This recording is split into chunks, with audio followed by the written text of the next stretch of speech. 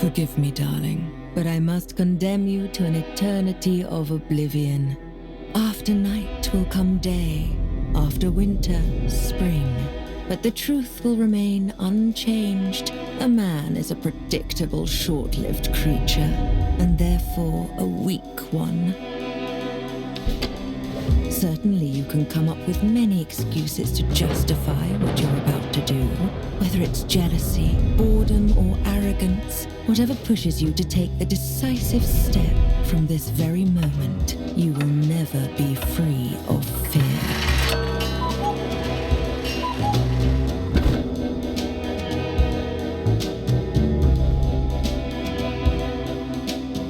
You might think that this path is the easiest one to take, but I'm all too familiar with darkness, so trust me when I say that in time it will pull you in so deep you'll have no other choice but to drown.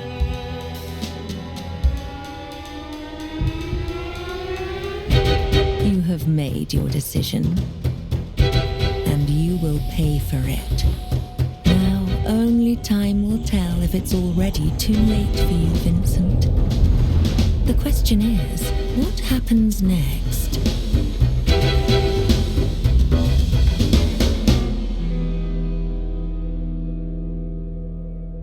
This is exactly what makes men so weak. In their fleeting vanity, they always seem to fight the wrong demons. Tell me, is this all just a game to you, a source of amusement? Or have you perhaps chosen this path out of necessity? How interesting. Whatever it is you seek, I hope it was worth it, assuming you even had a purpose to begin with.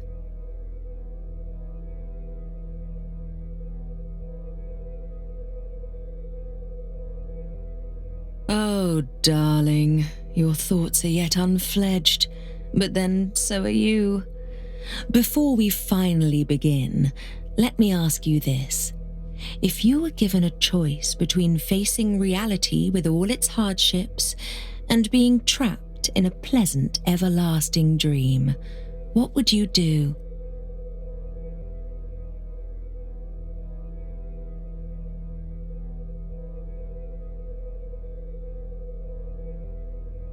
Well, then so it shall be.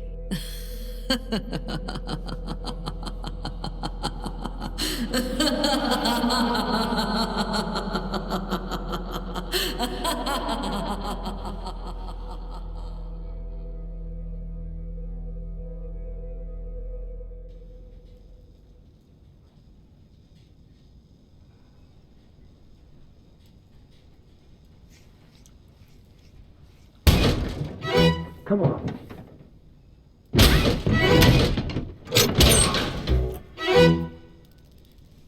What the?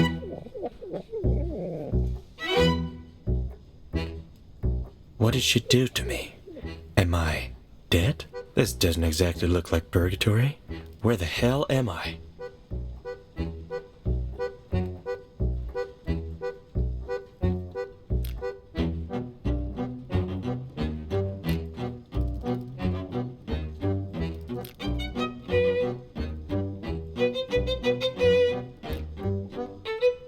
I don't remember being locked in the fridge.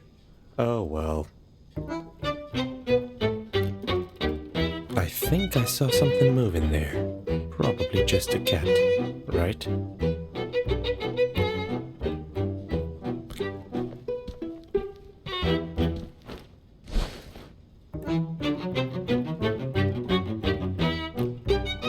Probably doesn't work.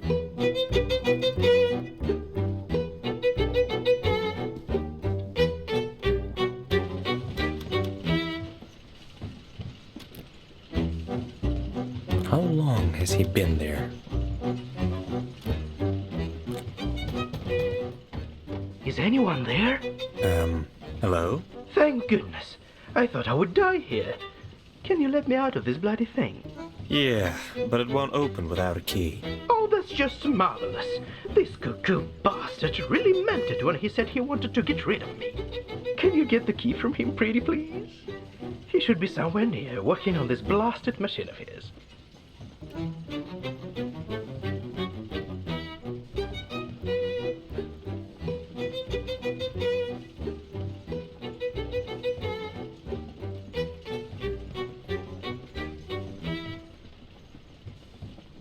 I don't get any of it. Where am I? And what's going on? You are new here, right? I have all the answers you need, and more importantly, I know how to get out of here. But you'll have to let me out first. Fine, I'll get you out. Yes, thank you. This lunatic should be somewhere around here. You'll easily recognize him. Look for a huge machine made out of junk, but be careful. He's nuts.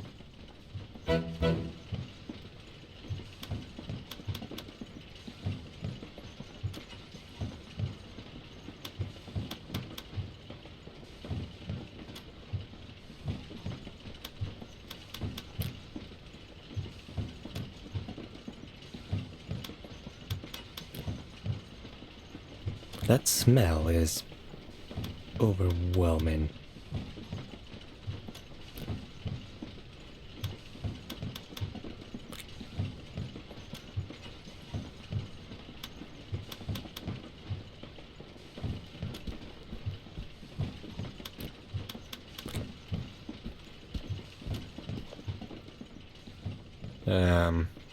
Do you have a moment? Who are you? I've never seen you before.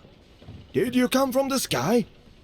Did our goddess finally recognize my talent? I don't think so. I just want the key that opens that cabinet. Can you give it to me? Then don't waste my precious time! I need to finish the helicopter as soon as possible. But I can't find a rudder.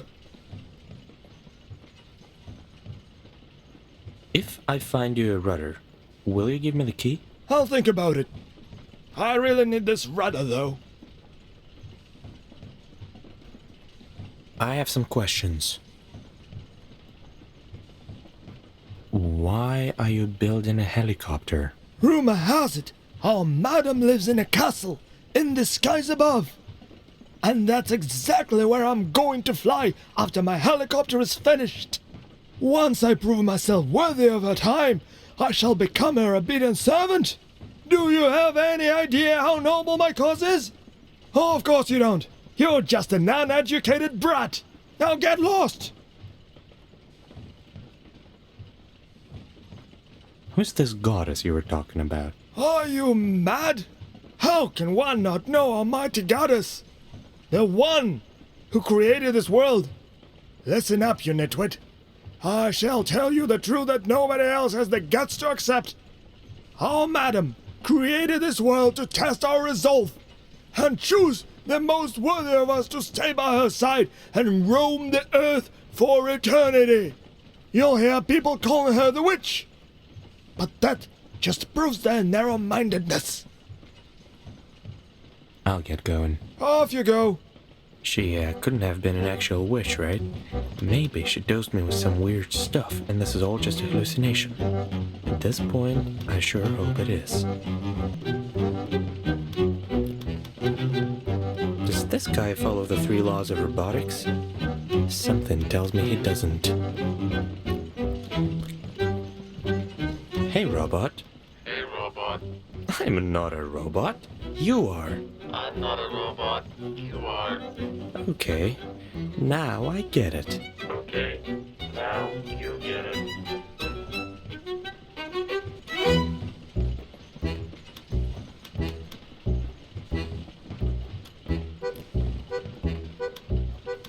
I wouldn't risk going inside. Looks like something out of a Slavic fairy tale. The hut on chicken legs, was it? Is he really planning to fly this thing? Well, more power to him.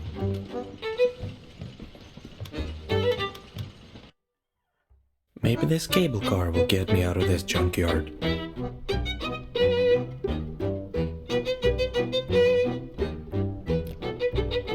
it's a station in the middle of a junkyard.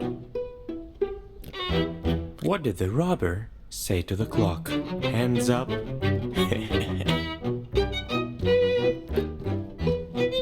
minimalistic. I like that. Colors are overrated anyway. It's not gonna work without a lever. And there's a lever missing. Just great. This will hold my weight, right? Should have done keto after all. This will hold my weight, right? Should have done keto after all.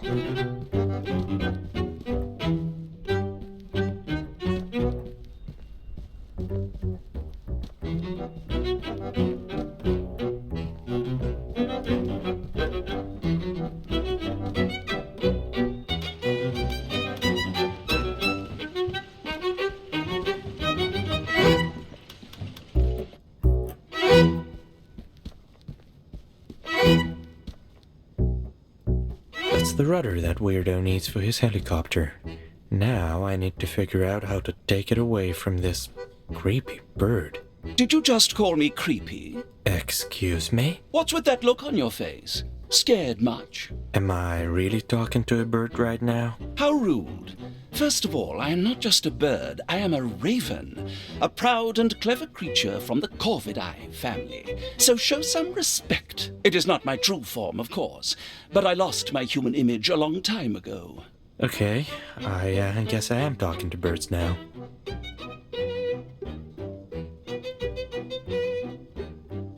I need this rudder that you're holding. Why do you need it? Oh, you're going to give it back to that uncultured fanatic, aren't you? I won't give it to you.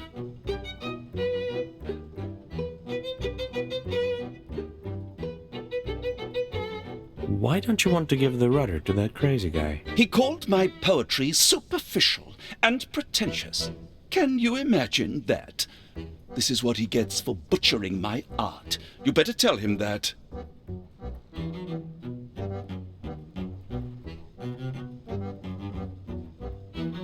Are you sure you can't give me the rudder? Did I stutter? You're not getting it unless What? Unless you bring me something French which smells funny.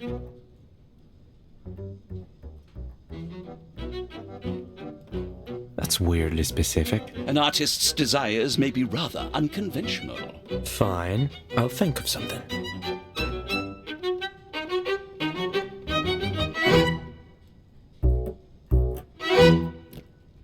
A bad omen.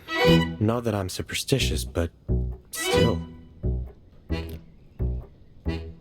Looks French. Not gonna smell it though.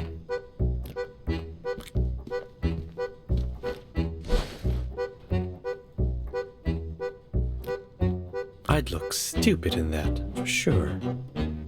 Or...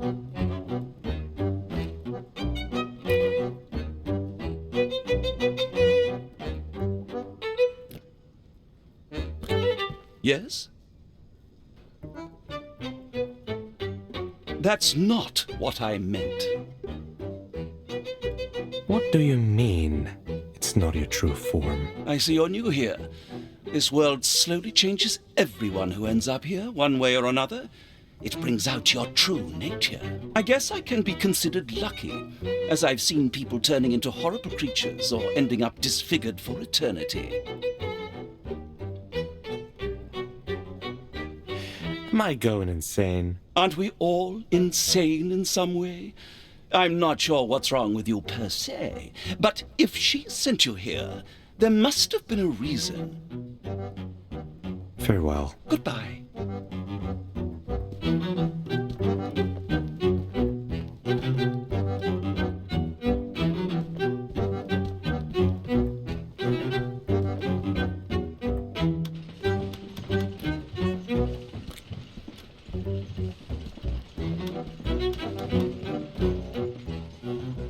What now?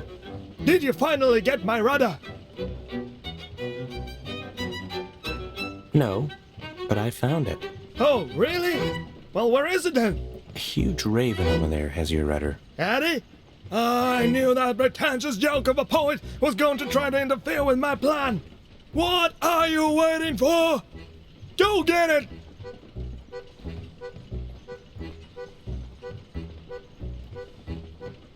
Fine. I'll see what I can do.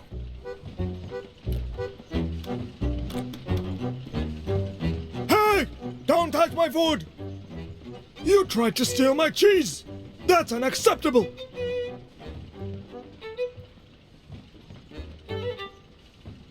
I'm sorry, I didn't know it was yours.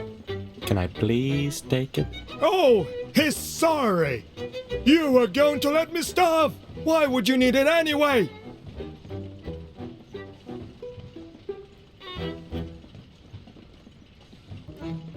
I need it to get the rudder for your helicopter. Really? Am I supposed to believe that?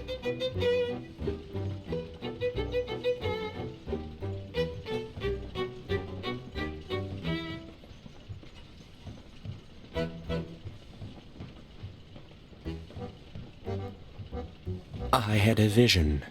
The goddess almighty told me to take that cheese from you so that I can find the rudder. The goddess spoke to you. Huh. Did she say anything about me?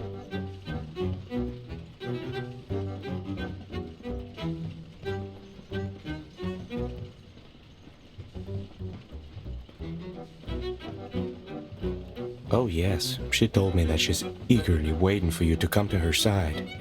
You need to sacrifice the cheese so you can finally be together. If that is the wish of the goddess, then by all means, take the bloody cheese.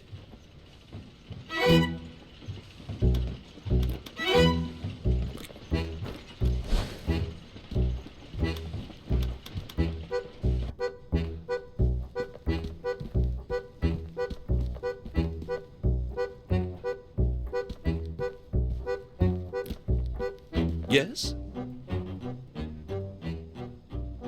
Are you trying to bribe me with food?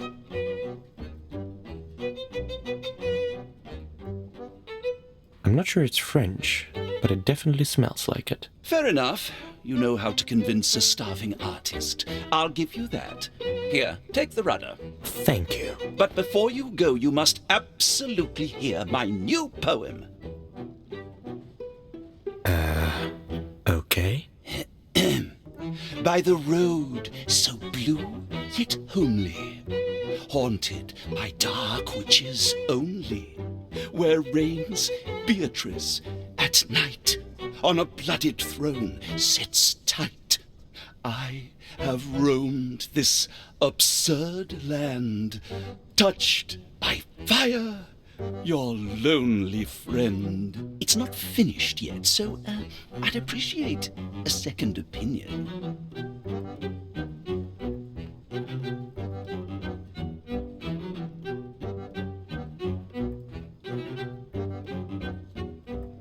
To be honest, I don't understand art at all.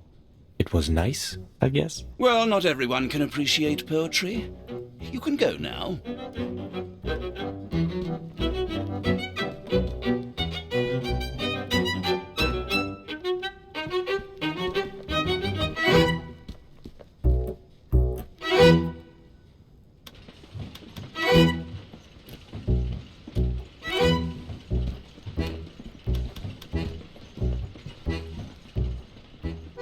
What do you want? Is that what you need? Yes, exactly. But how did you get it? I couldn't find it anywhere. I got it from a huge talking raven who hates your guts. Whatever. The most important thing is that now I can finally finish my helicopter. I never thought I'd say it, but I'm very grateful. What can I do for you in return? Give me the key from that cabinet, and we're even. Fine, you can have it. Just please be careful with that charlatan. I certainly will. Good luck.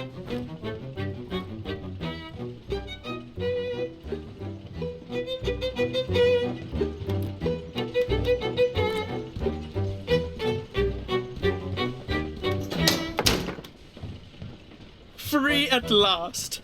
Nice to see that I was saved by a handsome young man. Together we will be invincible. By the way, I'm Nikolai, but you can call me Nick.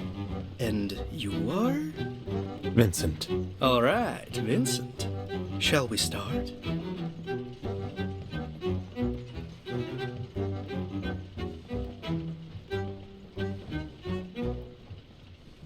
Start what? Our journey to escape this place, obviously. Let's go somewhere nicer and I'll answer all your questions. I'm sure you have plenty. Sure. Lead the way.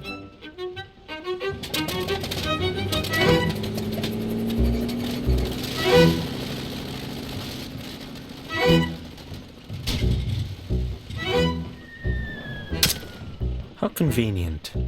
I hope he didn't need that.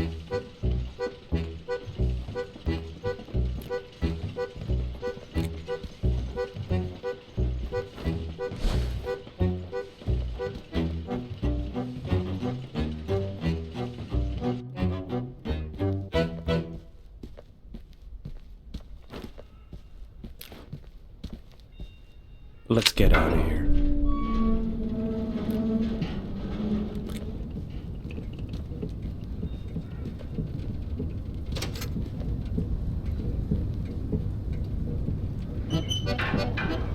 Now, will you tell me what's going on? I'll try to keep it short. You did something to upset Beatrice, didn't you? Well, the thing is that she's an ancient and powerful witch. So she sent you here, to a place where she throws away stuff she doesn't need, or people she can't stand. It exists in some kind of a weird loophole or whatever, so nobody can get in or get out of here themselves. Also, time works differently here, so nobody ever dies. At least not physically, if you know what I mean. So, people don't age here.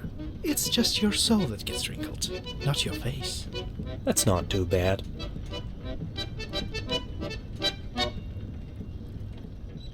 What happened?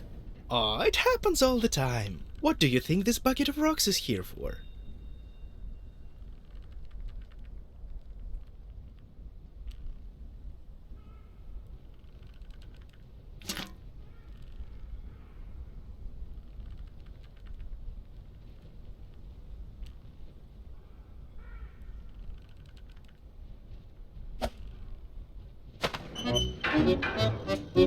The thing is, this place brings out the worst in people, and when they give in to their vices, which we all have plenty of, they begin to transform in different ways. Yeah, I already talked to a bird. Is this why you have ghost legs? Bingo! Some of us get used to the changes, but I don't fancy becoming an actual ghost at all. And the worst part is that you can't predict these things. It just happens, or doesn't. Have you ever seen a baby pigeon? Because I haven't. Isn't that weird? Maybe they're sacrificing them to some pigeon god. But then, why haven't they all died out? Questions, questions.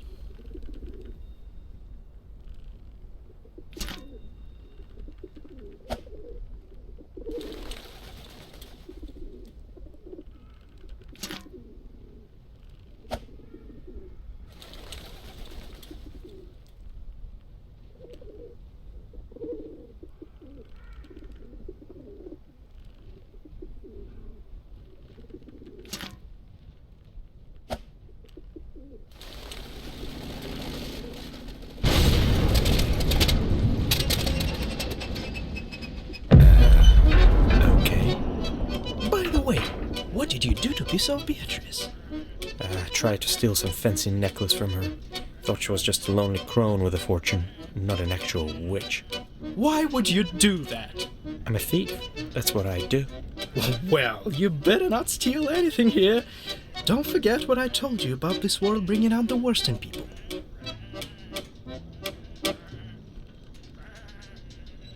This is ridiculous. Come on, these are just sheep.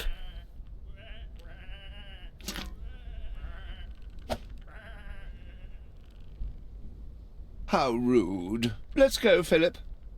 You were saying something about getting out of here. Oh, Right.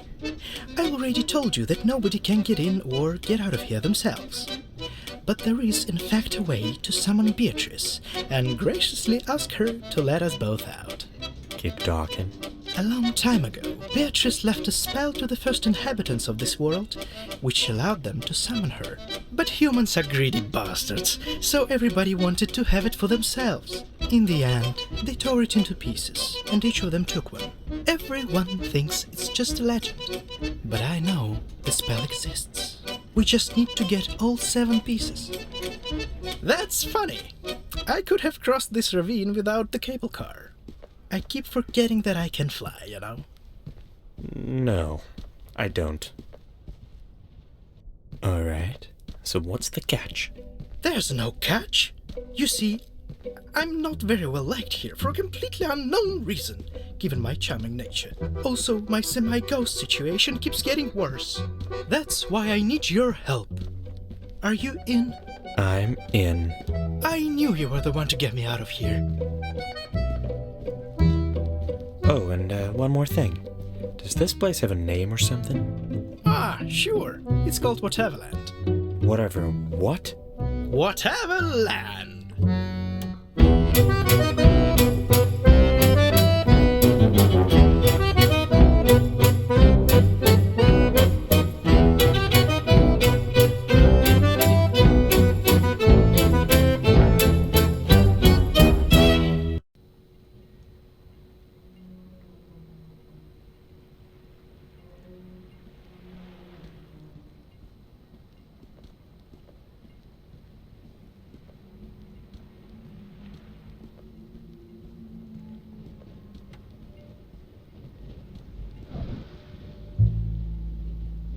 Did he just... Yeah, he did. We should help him.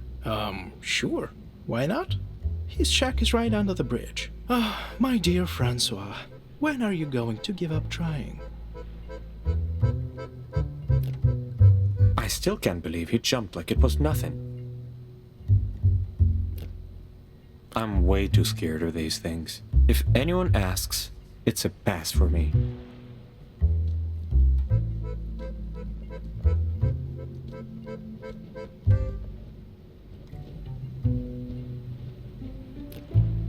Go down. Thanks for the tip.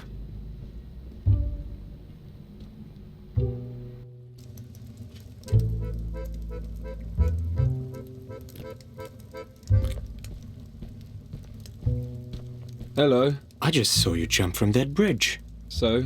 I mean, you're alive. Oh, you're new here, right? No one can die in Whateverland. Sadly. Really? I already told you nobody can die here. Were you even listening? Oh, yeah, you did tell me that. It's just not every day that people jump off bridges right in front of me. Don't worry. You'll get used to it. I wouldn't be so sure. Actually, Nick has a point. After a couple 100 years, you get used to the craziest things. A failed suicide will seem trivial soon enough. So, are you okay? Is anyone? Wait, don't answer. Sorry. I don't know why I said that. Sounded way better in my head. I always say stupid things like that. Anyway, it depends on what you mean by okay. Physically, I'm more than okay. Which honestly sucks. And if you're asking about my mental state, I don't think I was ever okay to begin with. Some people just aren't made for happiness, I suppose.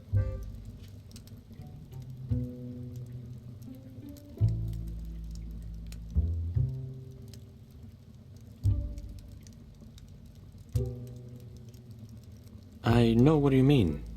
I hope you find something worth living for. Do you? I don't know whether I should feel happy about someone understanding what I'm talking about, or sad that you had to go through something like that. I'm very bad with words. Sorry. I'm sorry. I'd like to be alone if you don't mind. Sure. Take care.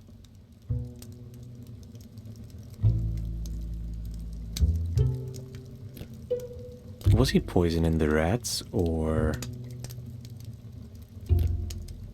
Was there a parrot, or a canary, or maybe even a goldfinch?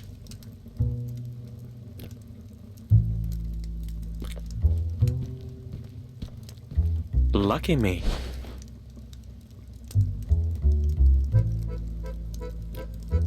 Someone has a nice taste in books. A rifle on the wall. Let's hope it never goes off on its own. Does that really happen? I don't know. Just thinking out loud. Oh, okay. I should probably get used to it. Was he poisoning the rats, or...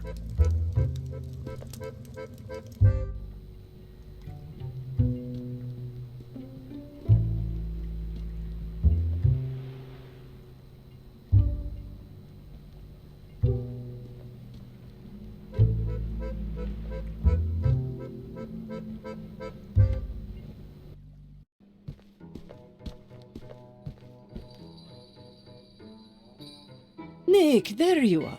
I haven't seen you in weeks. Did you miss me? You wish. Who's that with you? This is Vincent. He just got here, so don't mind this whole lost puppy look. Vincent, meet Fida, the owner of this place and the most charming lady in Whateverland. Charmed. I'm sure I don't look like a lost puppy, Nick. You do, actually. But not like a sad, beaten dog. At least your face doesn't make me want to adopt you. Right, but I quite like this low-key, angry puppy look. You could say I already adopted him. No, you didn't. I'm not a dog. Yet. If you don't mind, I'll leave you to discuss your relationship alone. I have other customers. The ones that actually pay. Don't think I forgot that you owe me, Nick. But they're not your favorites, are they? Vincent, let's get to the table, shall we? Mm-hmm.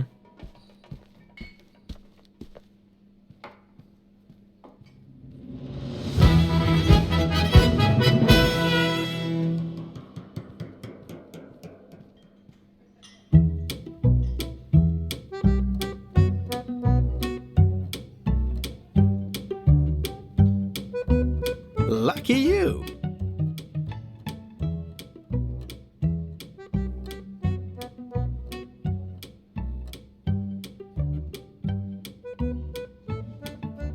They look cute, but in a creepy way. These are the book ashes. A long time ago, they built this fancy prison for us. But we're friends now, and these particular ones have chosen you. Have chosen me. You heard me. They are your team now. Judging by the look on your face, you're not a teamwork kind of guy, but don't fret. They're professionals. Professionals at what? At playing Bell and Bones, obviously. You could say that it's a game we play here, but it's not just a game. It's an essential part of any Whateverlander's daily existence. Here, let me show you.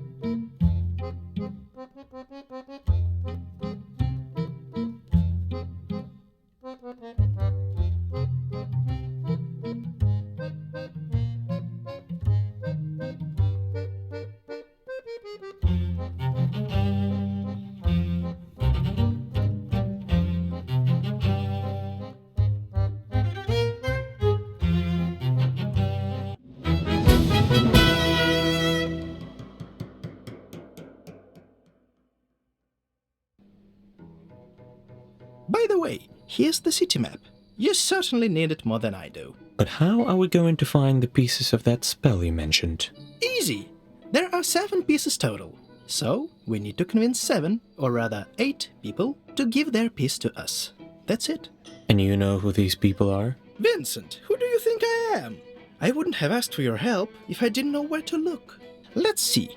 We have Van, the twins, Umaru-san, Alan, Oswald, Lewis, and of course, Ernest. I marked the places where they usually hang out on your map.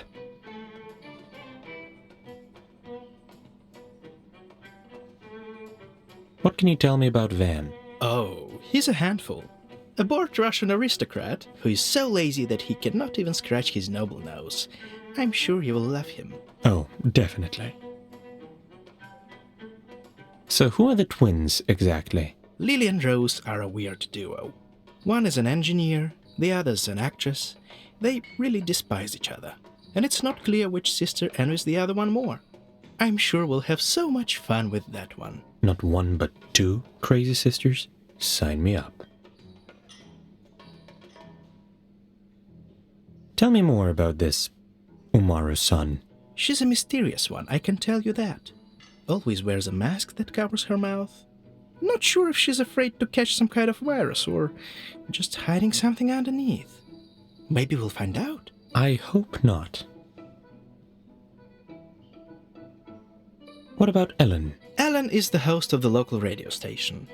Nobody knows her very closely, but we definitely need to be extra careful with her. Why? She never leaves her studio, but somehow knows everything about all Whateverlanders. Cool, but creepy. Exactly.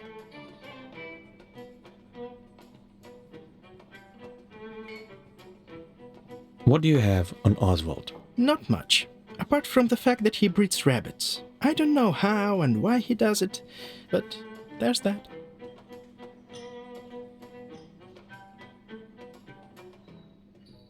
Do you know anything about Lewis? Well, he's a jazz musician, and the ladies love him. I'm not sure if I admire the guy or hate him for it. Probably both. Is there something I need to know about Ernest? Unfortunately, yes. He's going to be the toughest cookie to crack. What's so special about him? Ernest is the ultimate Bell and Bones champion. I don't know if he's really that good or just a crook, but during his time here he has become very powerful. Think mob boss or a dictator. That's the kind of guy he is. Can't wait to meet him.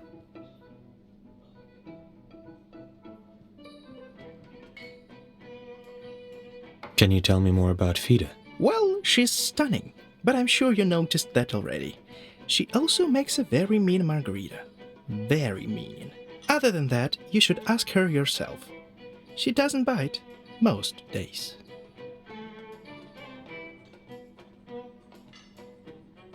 Do you come here often? Often?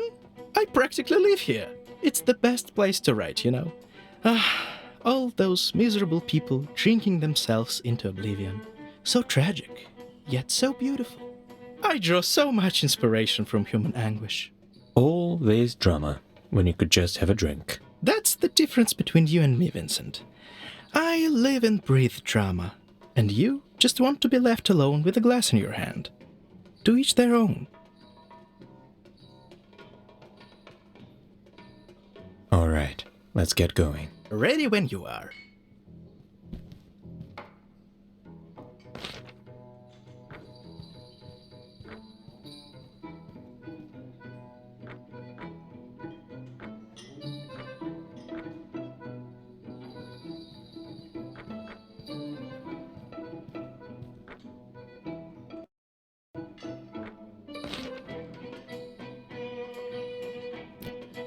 Aren't they too old for places like this?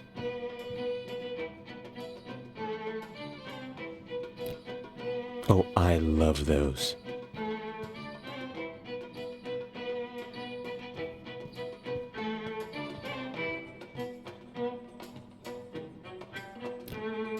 Should I tell him? Nah.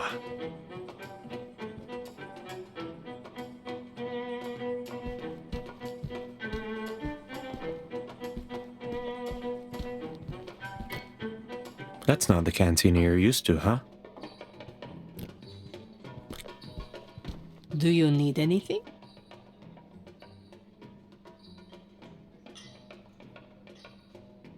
So, what did you do to Beatrice? Me? Nothing at all. We only met briefly, but she seemed very nice to me. Then why are you here? Because I needed to escape. I called, and she answered.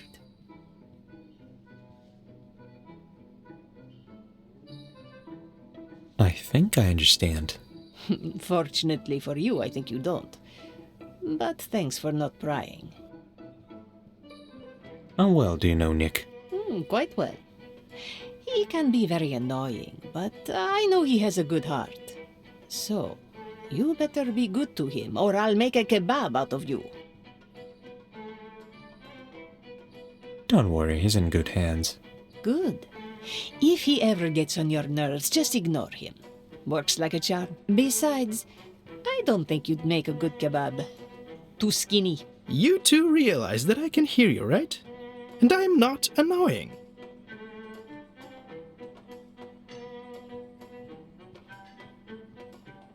I hate you both. Goodbye.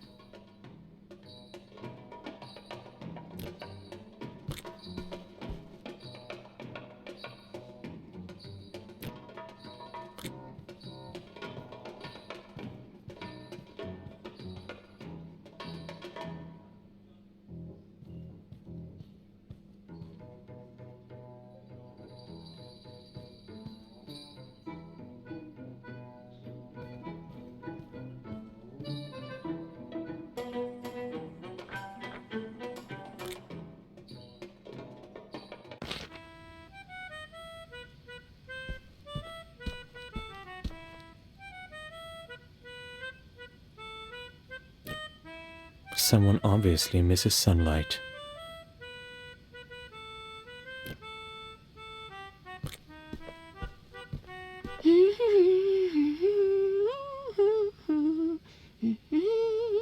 know where I can find Hilda von Elbuck? Well, duh, that's me. And just call me Hilda.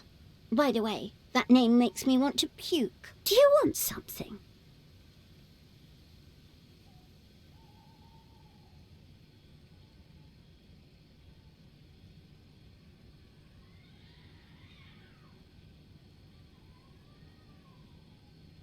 Is that a satellite dish turned into a giant lamp? Genius, isn't it? There are no sunny days here in Whateverland, and I love the sun, even if it gives me those nasty freckles.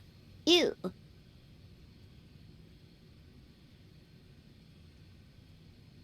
You know a lamp is not the same as the sun, right? No, I'm clearly that stupid. Thanks for enlightening me. Pun intended. Why are you here? I haven't seen any other kids in Whateverland. Because I'm the only one. And I'm not a kid. I'm 14, you moron. I don't usually talk about how I ended up here. Let's just say I was willing to do anything to get away from my family. I suppose I went a little too far.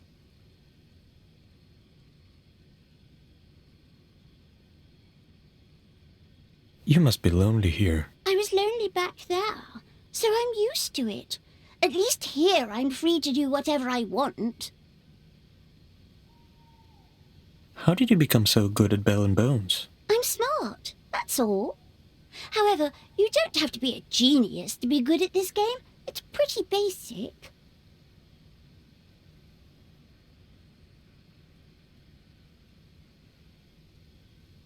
Do you have any professional advice? Take good care of your book ashes. They play better when they're happy. And don't be an idiot. But that's just general life advice. I want to challenge you to a Bell and Bones match. Awesome! I was bored anyway.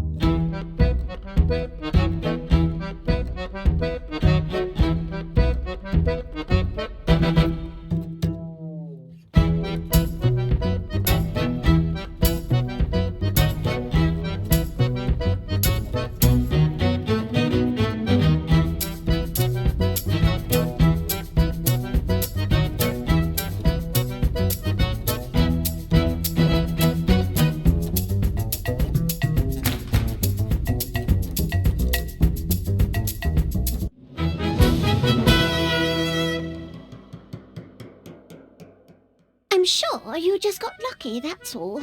Yeah, definitely.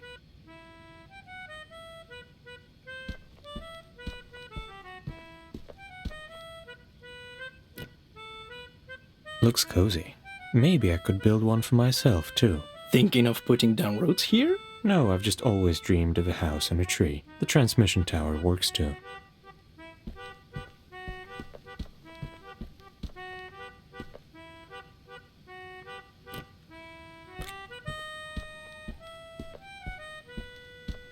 Yeah?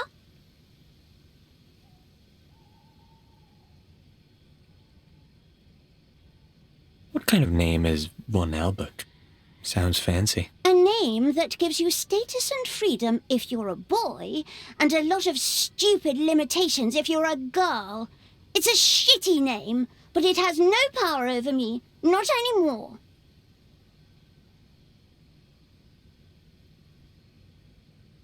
Right. Tell me about the struggle of being rich. I'm not complaining, but if you think happiness comes from money, then I have some bad news. I have to go. Bye, Oldilocks.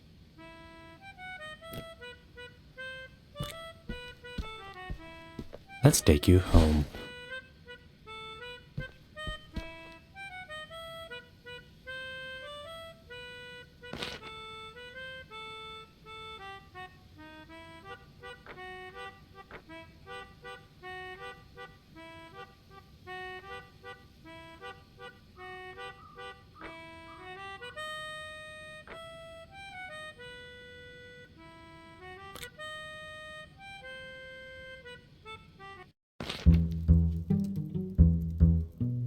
Why can't you just give up? If you really expect me to let you paint my side of the living room pink, then you're even more stupid than I thought, sister. But why?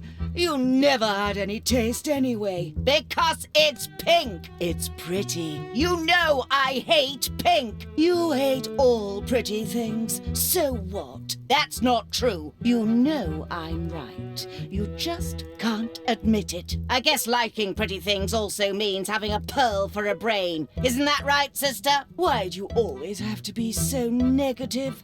You're ruining my aura. Then go back to your pretty room with your pretty things. You don't get to tell me what to do.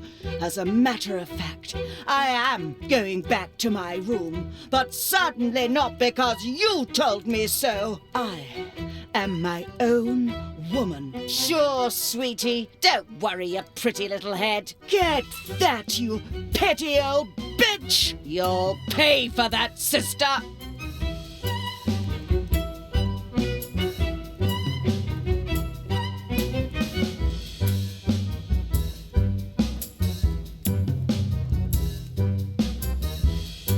What was that? I never said it was going to be easy.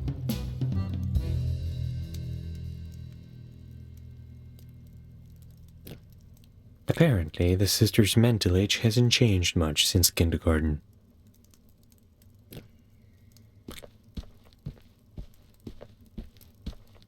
Greetings, gentlemen. May I help you with something? I'm Vincent. And you are? Jeeves. Nice to meet you, Vincent.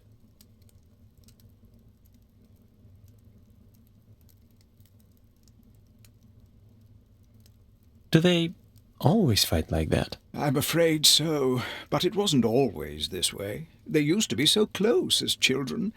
They even created their own special twin language.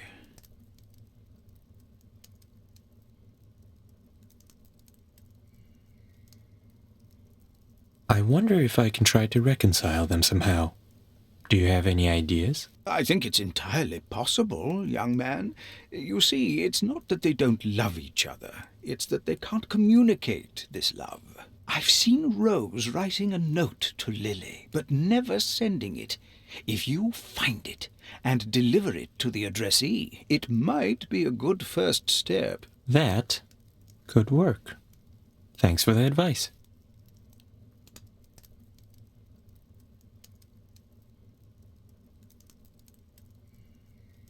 Are you a good boy? Excuse me? Sorry, I just meant to ask why you look like a dog. Oh, I see. Well, it's quite easy to explain. I've been taking care of Rose and Lily since they were little girls. When Beatrice sent them to Whateverland, I followed.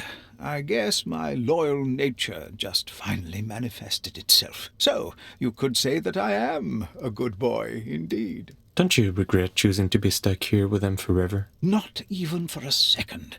I just wish they could restore the beautiful bond that I know they still have.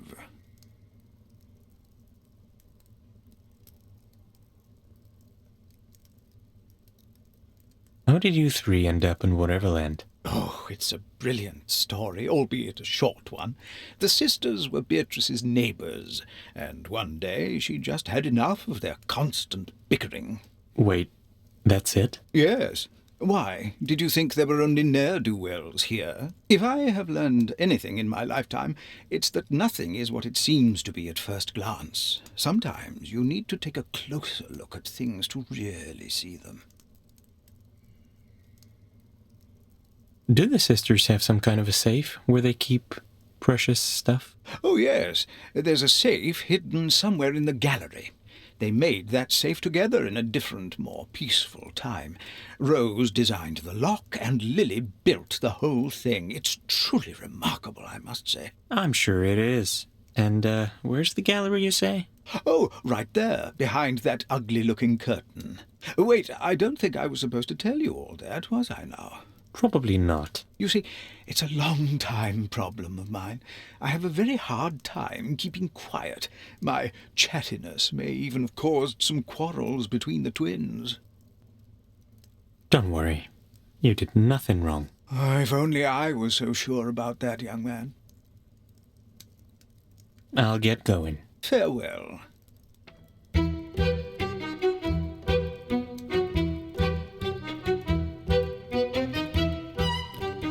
Always wanted a house with a fireplace, only robbed them so far. The modernists have taken it too far with this one.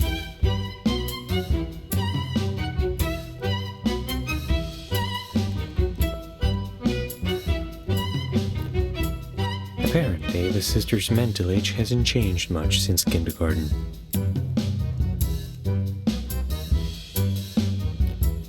I hated piano lessons as a child. You used to play, really? Don't ask me to do it, because I won't. What a great loss for humanity.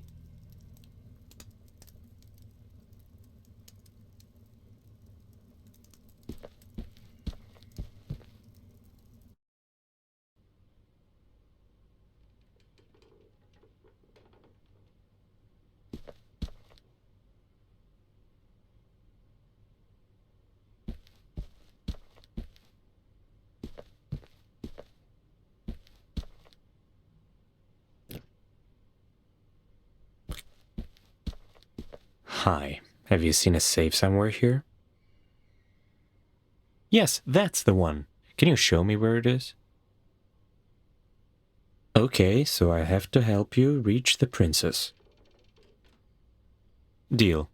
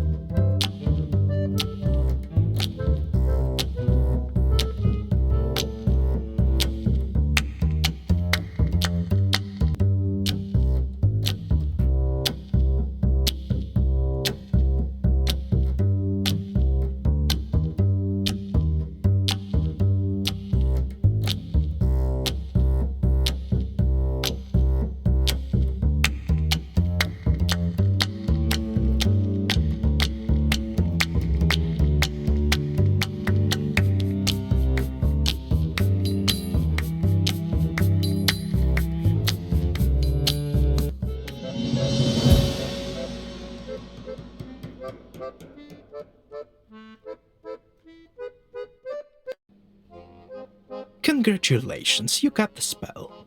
Or should I say you stole it? Do you have a problem with that? No, not really. But it would have been nice to help the sisters out, no?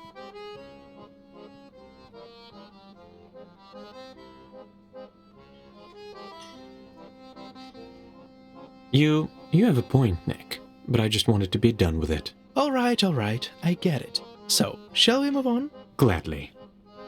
The hatred flows unchained, like fire in my veins. And where the darkness reigns, my mind was led astray. Oh dear, stay with me here for just a little while, and maybe fake a smile before we disappear. Just the thought of going on stage makes me nervous.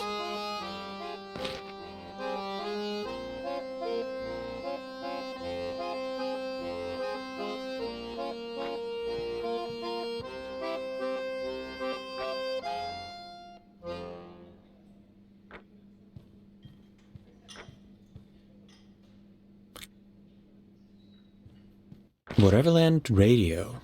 I wonder, how does the whole thing with waves work here? What waves? I see no waves. I mean the radio waves, dumbass. The radio has waves?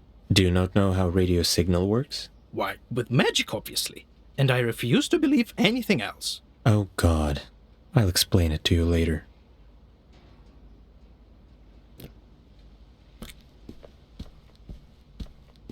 This is how you become a champion. A heart graffiti. Trivial, but cute. And here I thought neon was out of fashion. Hello? Is that you?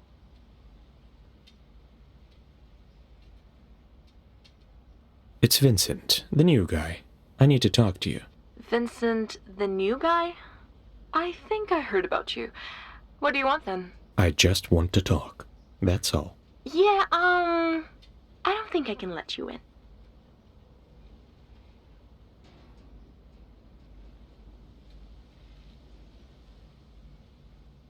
Nick, can you talk to her? Alan, dearie, can you just let us in, please? I promise we'll be on our best behavior. Oh, yes, absolutely. All right, Vincent. Let's hear what you have to say.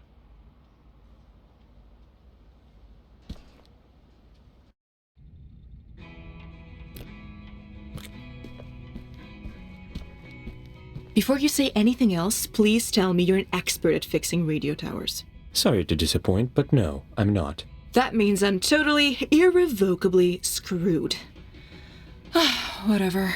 I'm Ellen Ein, the proud host of the only radio station here in Whateverland. Never heard of any radio here. That's because the tower is broken, dummy. Otherwise, you'd hear my voice practically everywhere. It would haunt you in your sleep by now. That's creepy. Good. Before you start talking about why you're here and all that, I have a question to ask. What is it? Can I call you Vinny? You absolutely cannot. Sad, but expected. Can I? Don't you dare. Oh, okay, Vinny. Totally worth it. Oh, definitely.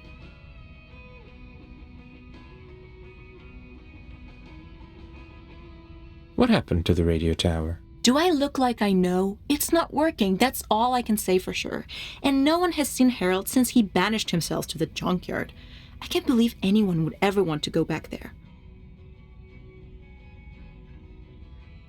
Yeah, it's pretty grim. I know, right?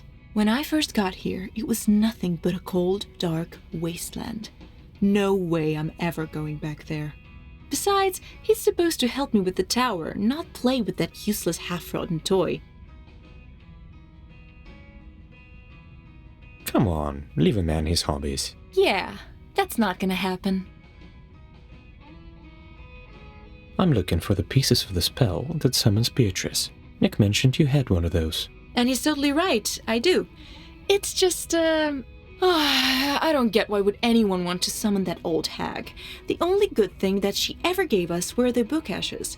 These guys are cute, but that's it. Other than that, she's completely useless.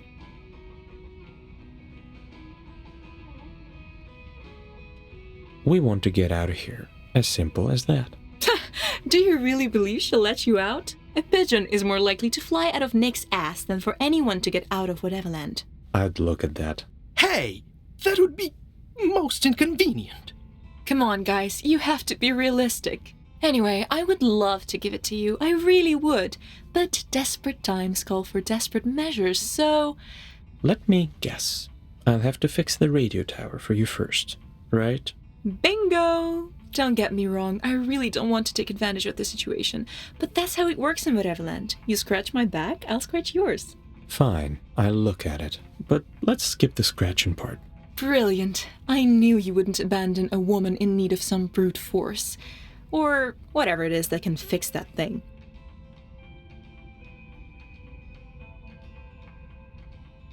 Your accent seems off. Let me ask you something. Are you familiar with the Golden Rule? Nope, not really. Never question a girl's accent. So, what's your story? Oh, you won't ever believe it, so... Wait, are you trying to sniff out some info so you can blackmail me or use that knowledge for any other selfish purpose, which, just so you know, I totally get, but don't want to give anyone the advantage? You got me. I knew you were sketchy, and I'm never, ever wrong about these things. Well, and all other things, if I'm completely honest. So, are you going to tell me how you ended up here, or... Sure, why not? So, before I ended up here, I have been writing for this cute local website. You know, the kind where you can find out what type of sandal you are. Then, all sorts of strange things began to happen in our town. And of course, I had to investigate. After all, how else was I supposed to get promoted? Susan has always hated me. She was such a... Ellen. Right. So, all the cats in town suddenly disappeared. Weird, huh? And not only did they disappear, each one of them left a farewell note to their owner. A note from a cat.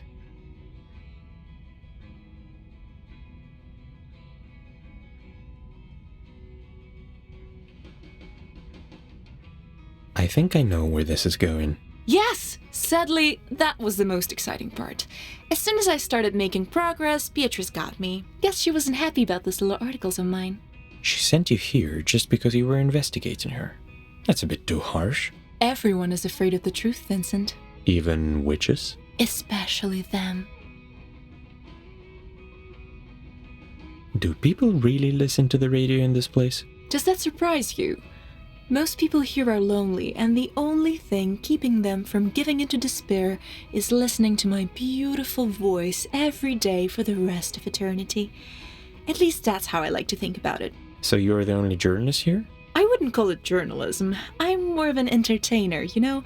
Sure, I talk about everything that happens in town, Bell and Bones tournaments, Eddie's poetry nights, Ernest and his crew being annoying per usual, things like that.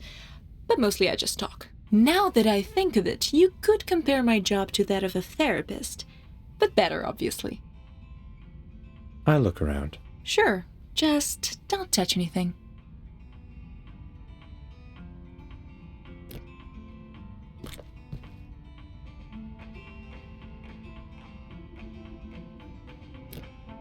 I've always wondered, why do people need so many monitors when they only have one head? In Whateverland, you can have as many hats as you like. That's good to know.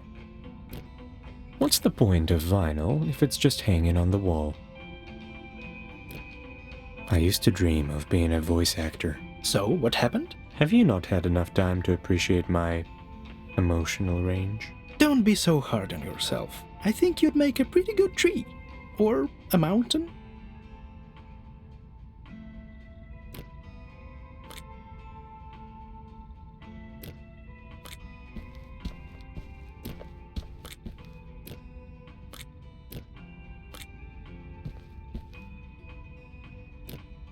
I haven't seen a TV this old in years. Then I must seem ancient to you. Well, you are. Shh! Don't ruin it for me.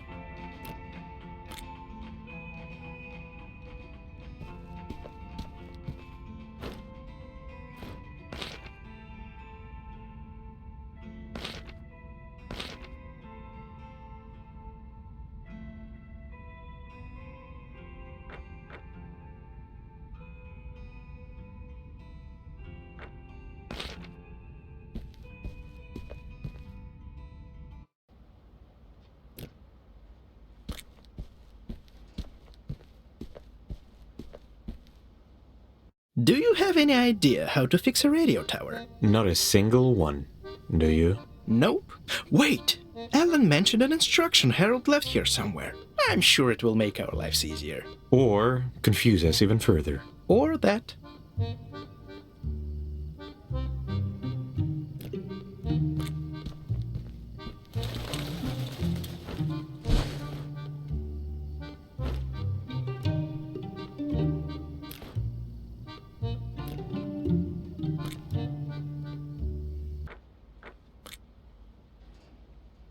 Someone obviously misses sunlight.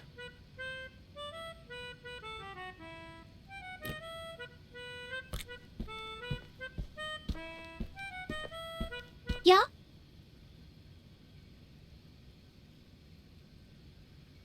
I need to fix the radio tower, but that means giving up your sunlight. So you think I'm going to sacrifice my brilliant invention for you to fix the radio tower? Think again. Besides, I'm still not over Ellen giving me that horrible haircut. I had to wear a hat for months.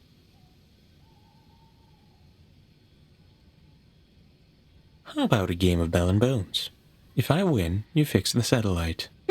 All right, old man, but I'll make sure you don't win.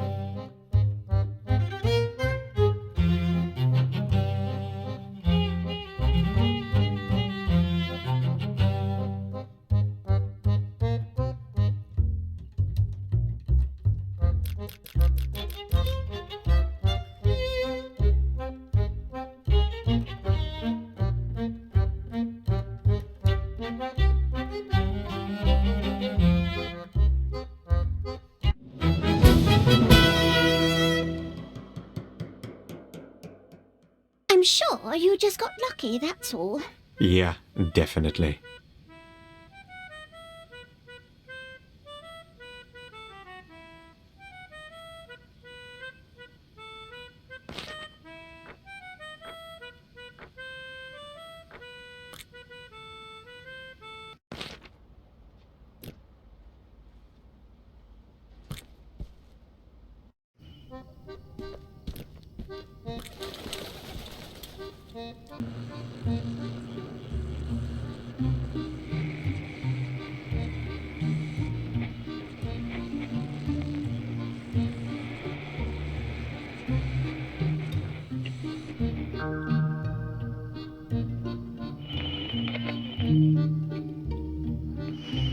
Yes.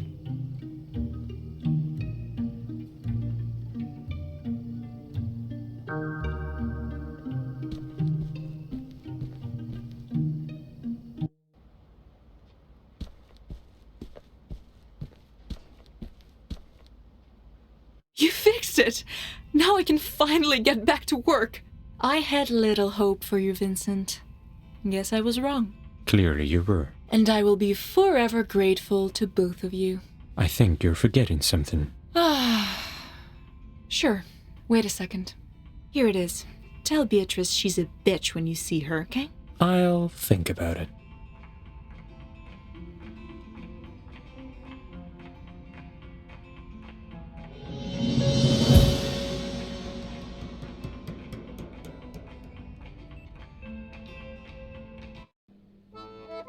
Vincent, you have absolutely outdone yourself with this one.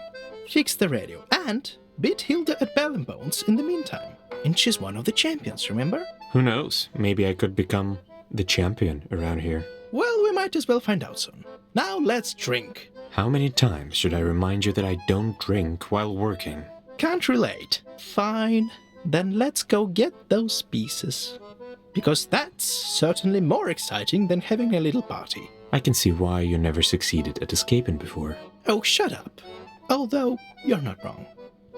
Mirror, mirror on the wall, who's the vilest of them all? If you answer, I shall be the only one you'll want to see. But tell the truth you only must, be it through fear or mere disgust. And never shall we disagree. Oh, mirror, mirror, is it me?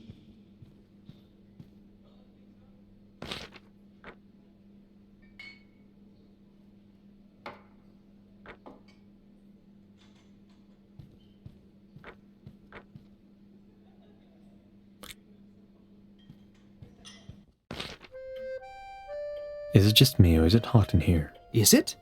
Oh, it is, isn't it? It is. Or is it?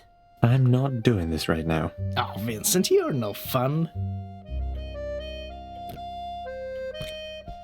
Oh, thank God you're finally here.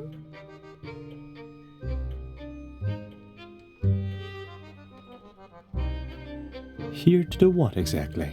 To fix the ventilation system, of course, and you better hurry. Can't you see I'm suffocating here? That's definitely not why I'm here.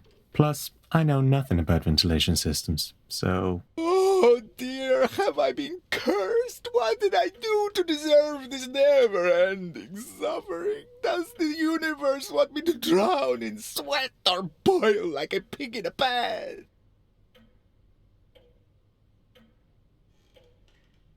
Can't you fix it yourself? Are you out of your mind?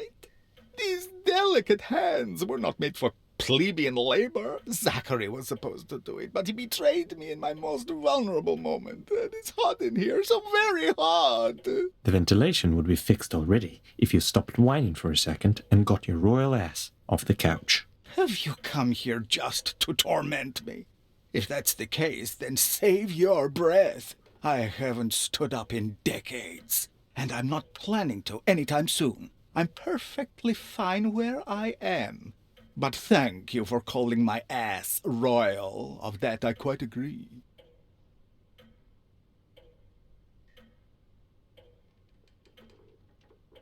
How long has the ventilation been broken? Let's see, 15, 18... It's been about 27 years. This is pure torture. Even Dante couldn't have imagined a circle of hell as dreadful as this. You know, the Divine Comedy actually said something about being stuck in a flaming tomb, guarded by the Furies. Nikolai, are you suggesting I haven't read Dante? I mean, you'd be quite right, but now that you mention furries, I'm quite curious. Perhaps I should read it if I don't drown in my own sweat sooner.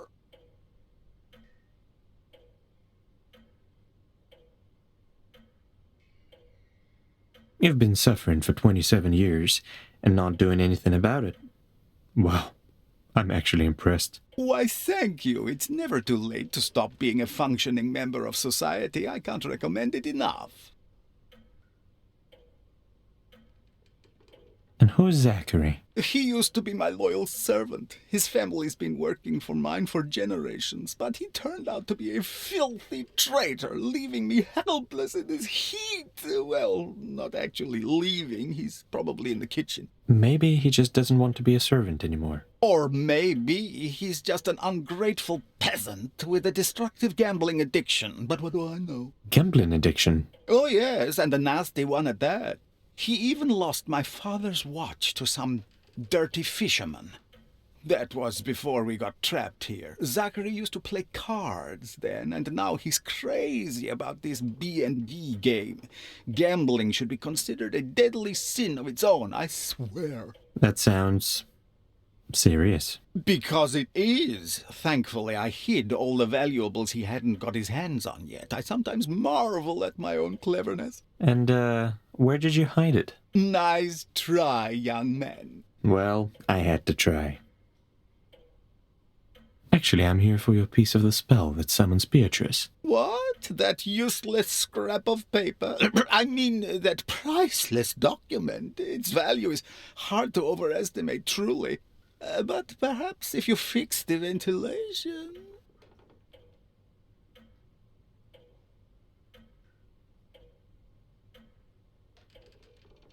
I see what you did there. Fine. I'll look into it. Marvelous. I'll be right here in my office. I should go. I'll be here for now.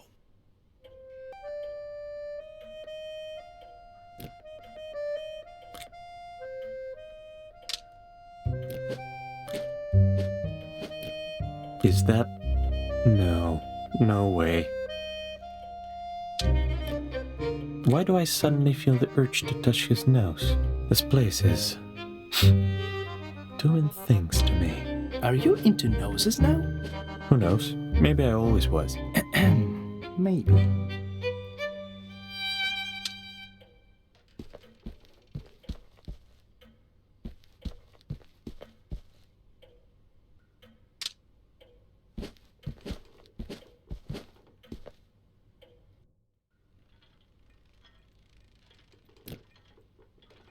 I could use this scheme to fix the vent.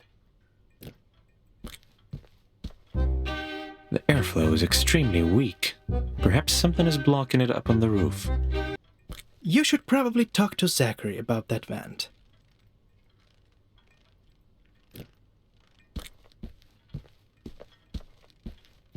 Why do cats love these so much?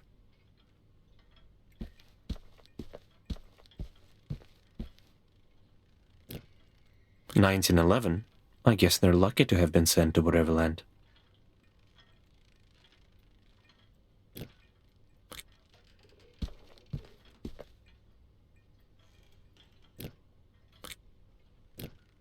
Never would expect Zachary to have something like this in his room.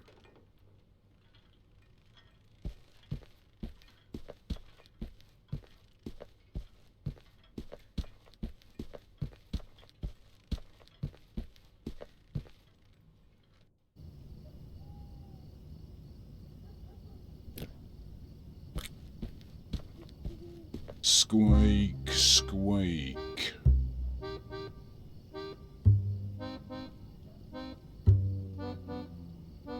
Do you expect me to play along? Maybe. I don't know, man. Do you wanna? Nope. Good. Yeah, let's not do that, man. So, why are you here? You're not Zachary, and he's like the only one who's ever been up here.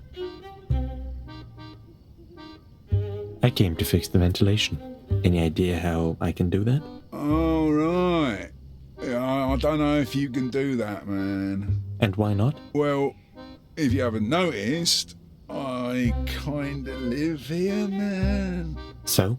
Can't you move a little? Well, don't you see? Oh, I've got a house, garden. What, do you think that's worth nothing, man? What, you can just show up and kick me out with all my pretty flowers and shit?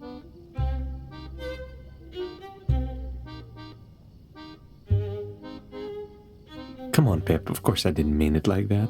I'm sure we can find another way. Yeah, man. There is a way. Back when Zachary was still his old self, he was making some kind of an air vent for me. I guess it could still be in his room. That could work. How long have you been living like that? Like what? A free mouse, living his best life? Yeah, man, it's been a while. Wouldn't trade it for anything. What? You don't miss your old life? No, man, not at all. There I had nothing, but here I have everything I need. Being a mouse is a small price to pay. Plus, I'm way cuter now, so, you know.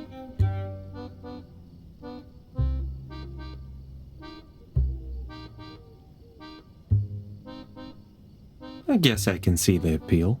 No need to worry about anything ever again. Exactly, man. It's paradise once you get used to the weird stuff. Back there, I was nothing but a burden. First to my parents, then to my girlfriend, and after that was over, even to myself. Here, I feel freer than ever before. I'll get going. See you, man.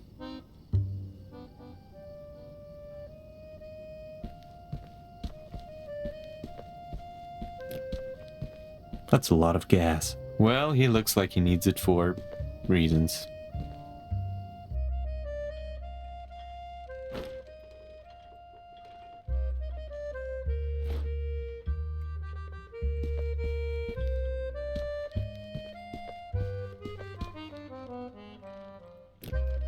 Having all this stuff just lying around in the corner.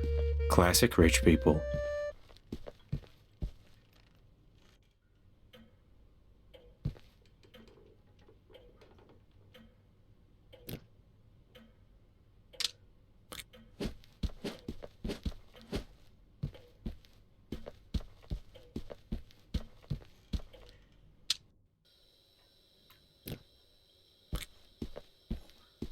Who the hell are you? Oh, hi, Nick. Zachary, I haven't seen you in a while. I never wanted to see you ever again, but whatever. And you, I've never seen before. Ugh, whatever. I don't really care who you are. What do you want? I have to fix your ventilation system, so your master gives me his piece of the spell. Any idea how I can do that? Just head to the attic. The vent is up there. I haven't touched it in years, so hopefully it is not rotten.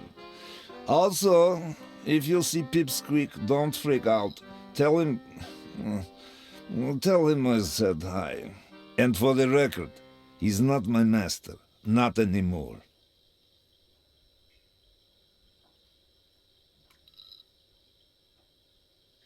Got it. Let's hope it's fixable. Could be. Could be not.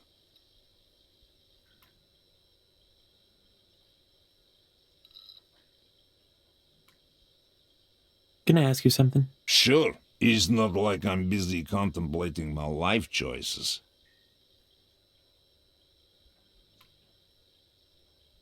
How did you and Van end up in Whateverland? Well, the story is just as dumb as Van himself. In short, he was in love with some lord's daughter. Like, really in love. Hard to believe, isn't it? And she was a real beauty, that much is true. But she was to marry some other guy, you know the drill, so Van ordered me to kill him. And I did. The end. Did you really kill the guy? Yes, with a teaspoon. Oh. Why haven't you just fixed the vent yourself? There's no way I'm doing anything to please that lazy fat ass ever again. He can't even raise a teacup without my help. Working for him for half my life is one thing, but to serve for eternity? No thanks. I should have retired years ago. Then why are you still here? Good question. I tried to leave many times, but this place gets lonely. Don't get me wrong, I do hate that slug, but he's the only thing I have left from my normal life. I'm used to having him around, you know? It's comforting, even when he's squealing like a pig before slaughter. There's also another reason. But I already told you enough. Goodbye. Fine, whatever. I knew you'd be back. Goodbye. Fine, whatever. There has to be a way to save Pip's house. Let's take a look around. I've never seen one of these before. It's called Samovar, just so you know. I haven't seen any vampires around. Yet. Who's the cutest rabbit? I'm not touching this. Nobody washed these in years, if not decades.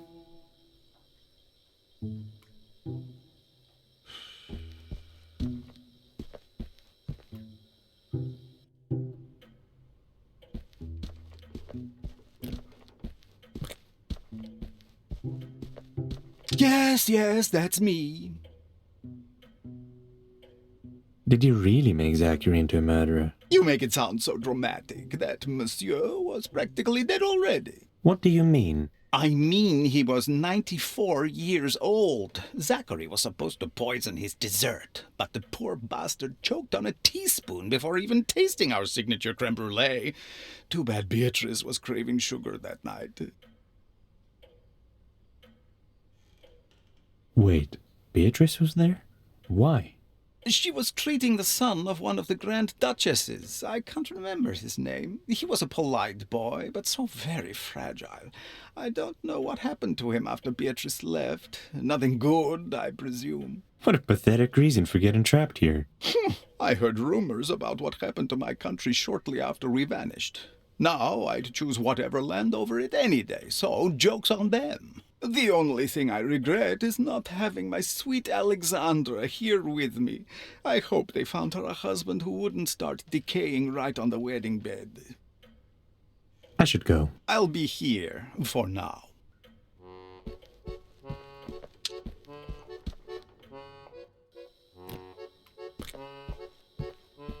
I knew you'd be back. Can I ask you something? Sure. It's not like I'm busy contemplating my life choices. Goodbye. Fine, whatever.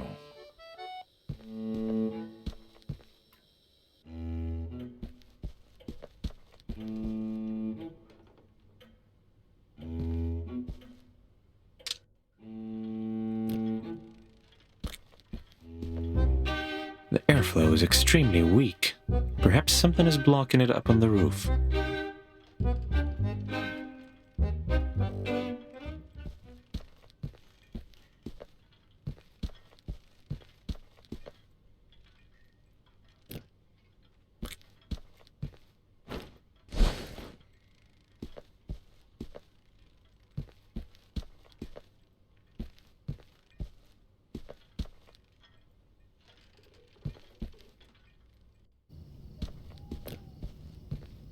Yeah, nice to see you, man. Zachary says hi. Oh, man, I miss that grumpy little dude. We used to hang out up here all the time, looking at the stars, talking about life.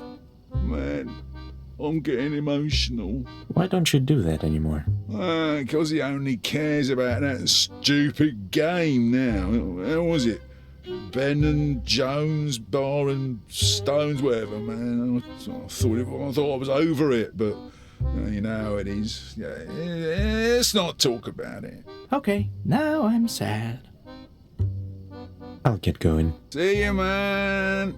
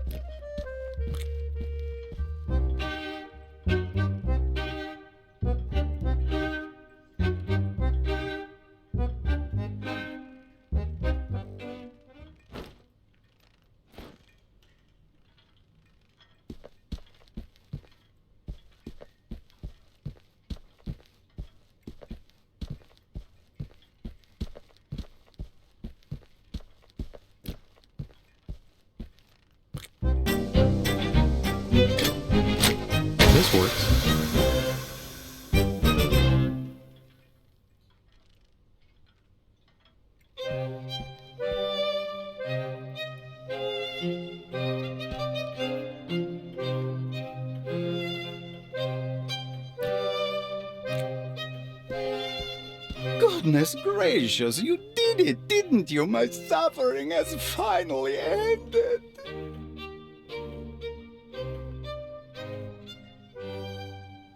Let's get back to business, shall we? So serious. All this brooding suits you, I'll give you that. Oh, yes.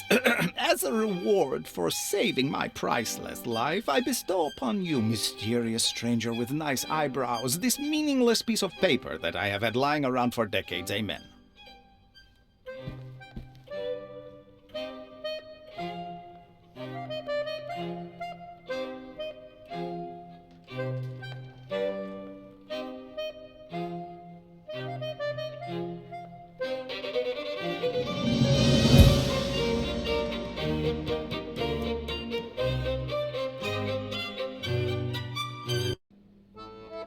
I can't believe he actually waited all this time for someone to come and fix the vent. Well, you have to admit, he's resilient. True.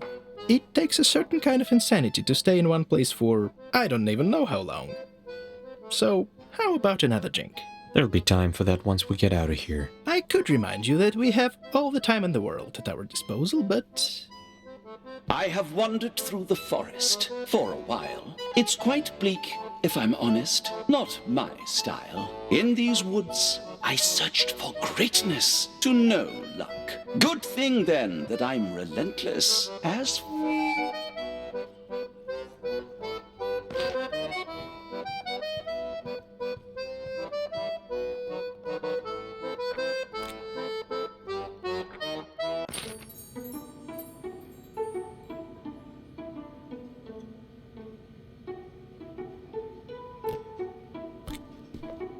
What? Goodbye.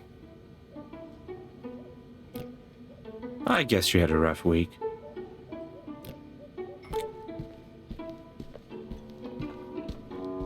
Welcome to Uzu Ramen. What can I get you?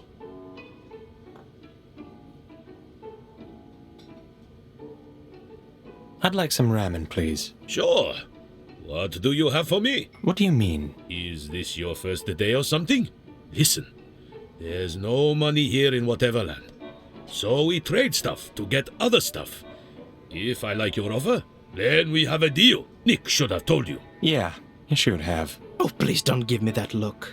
The opportunity just didn't present itself, you know. Well, now you know. Better late than never.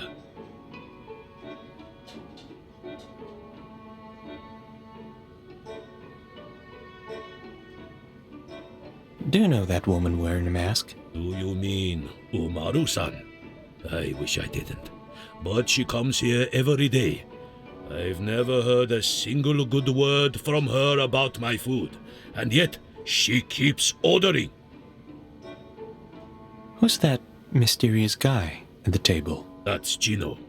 He doesn't talk much. Mostly drinks and stares at his bell and bones board. Do you own this place? I do, and I'm proud of it. When I first got here, I thought my life was over, but running this shop gave me a new purpose.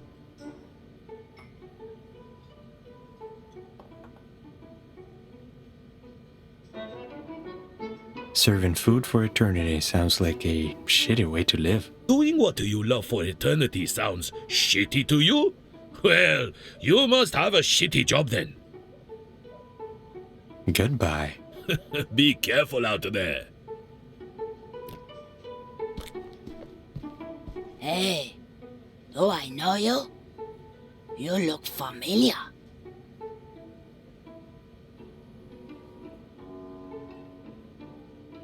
Familiar how?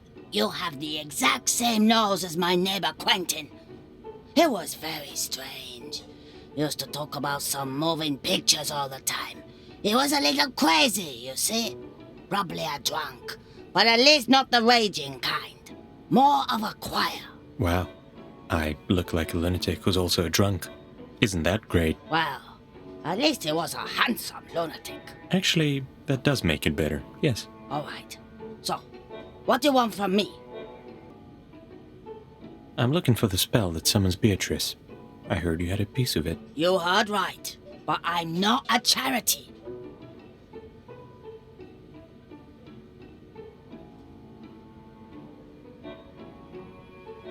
Perhaps there's something I can do for you. Sure, a foot massage would be nice. I haven't taken these shoes off in a while. Ew. Suit yourself.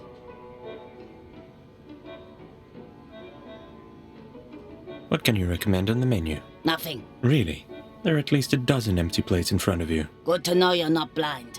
Still, the food here is horrible. I haven't had a decent ramen in more than a century.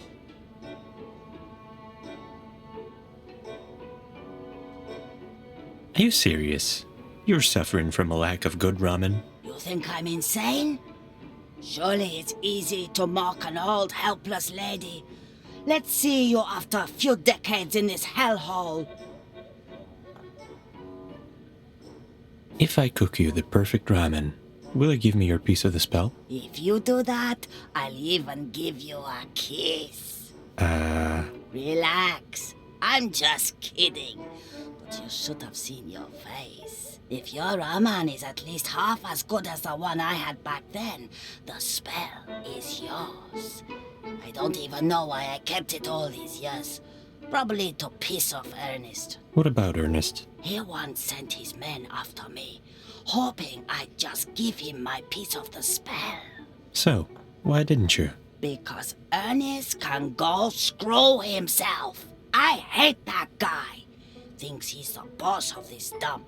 Yeah, right. But how did you get rid of his men? I bit off one of the guy's finger and threatened that next time I'd be aiming for other body parts, if you get what I'm saying. I think I do. Good. Now, hurry up and treat a lady to some real good ramen. Why did Beatrice send you here? For a good reason. And, what is that supposed to mean? That you shouldn't stick your nose in other people's business. Goodbye. Whatever.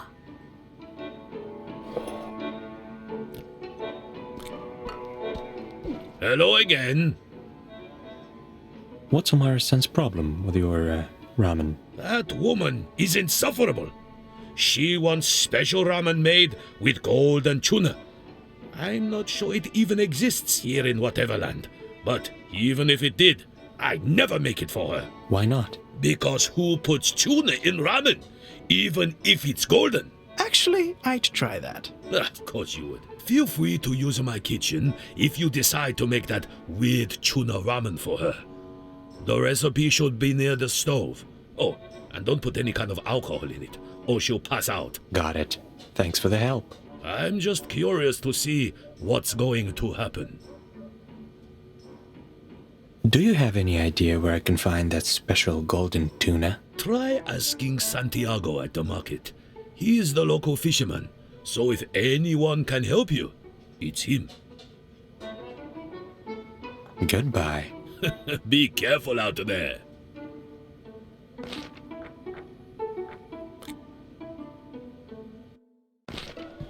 Feels like the right place to look for a non-existent fish. Quit the brooding and let's find that precious tuna. At least someone's optimistic.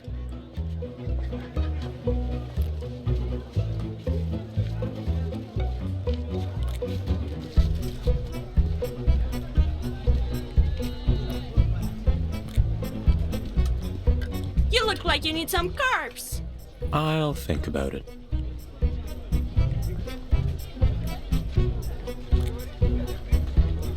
You're not my comrade, Nick. Thank God for that.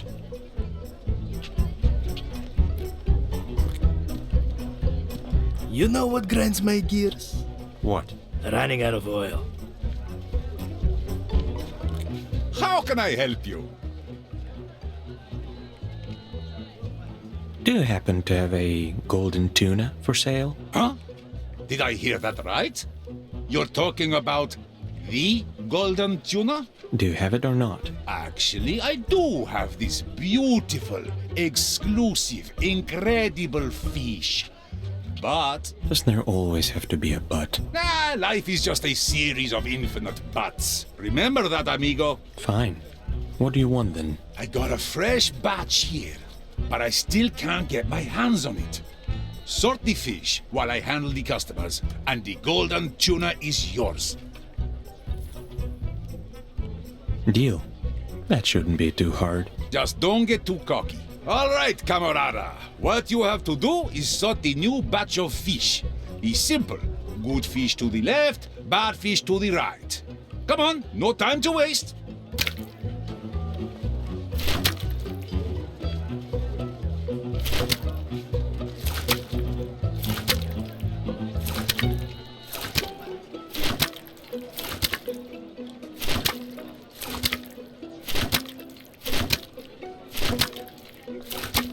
Not bad, camarada.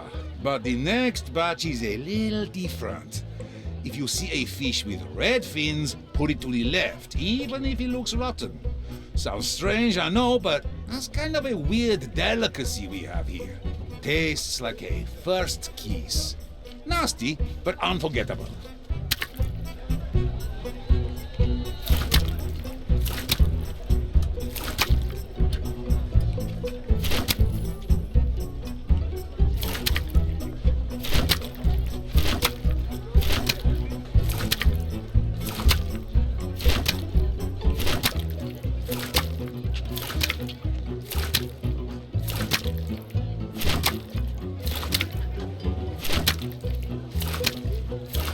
You're doing good, camarada. Now, stay vigilant, because in the next batch, there might be Whateverlanders who turned into fish. You wouldn't want to eat them, no? So, watch out for fish with human eyes, and put them to the right.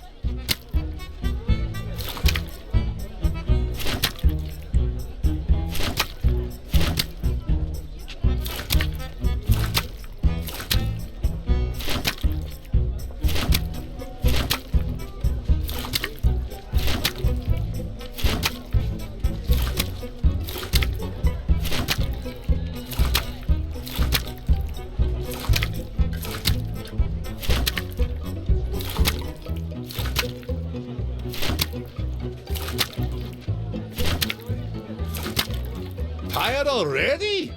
No worries, this is the last batch, but a very tricky one. You see, local cats found out we were throwing fishy Whateverlanders away. So they started drawing eyes on the fresh fish to confuse us and snatch it for themselves. Don't let those fake eyes confuse you.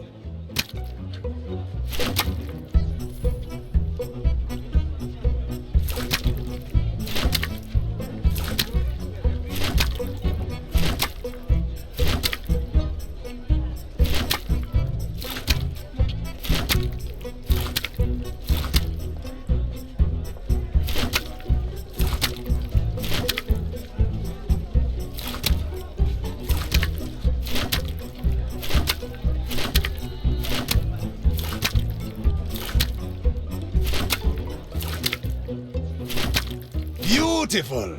All the fish is in the right place, thanks to you, camarada. Here's your golden tuna, just as I promised.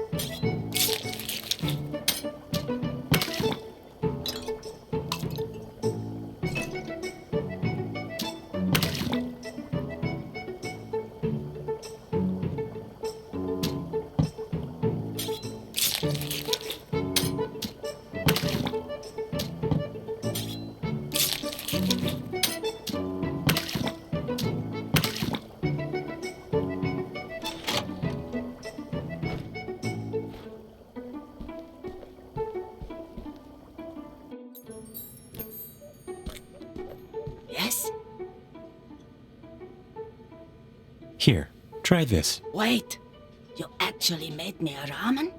You must be desperate. Let's see.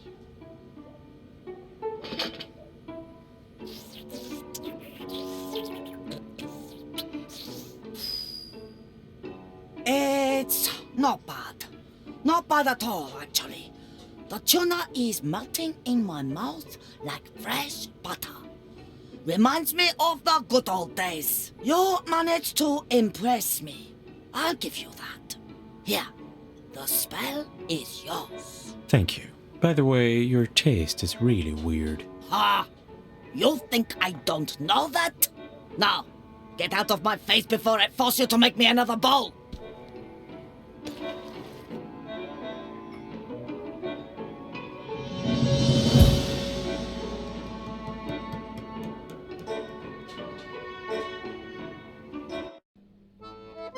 So, you're a thief and a master chef all at once.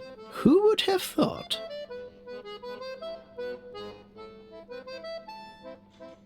That was a weird one, even for me. By the way, you look great in an apron. Just saying. Oh, I'm flattered. All that ramen made me hungry as a wolf. How about we order something to celebrate? Let's celebrate after we get out of here, alright? Remind me, why do I keep hanging out with you? Because I look great in an apron, obviously. Exactly. Now off we go. Her bones so fine and brittle, it barely took an hour, as tender flesh grew sweeter and blood was getting sour. Her eyes, so blue and clever, got dark and filled with fear. Tear her apart could never, too salty from the tears.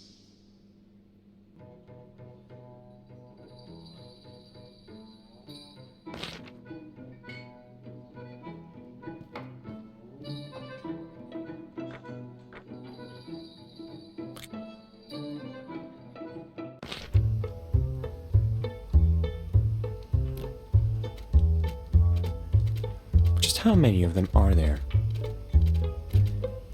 Just how many of them are there?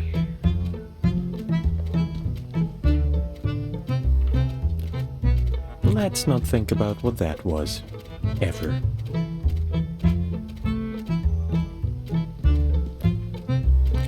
What can I do for you, stranger? I'm here for the piece of the spell that summons Beatrice. What spell? I know nothing about no spell, but I can give you some rabbit food instead.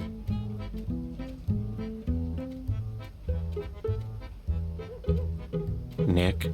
Come on, Oswald. We need the spell that Beatrice gave to the original Whateverlanders so they could summon her. Does that ring any bells? Wait, I think I remember now. Yeah, I definitely had it.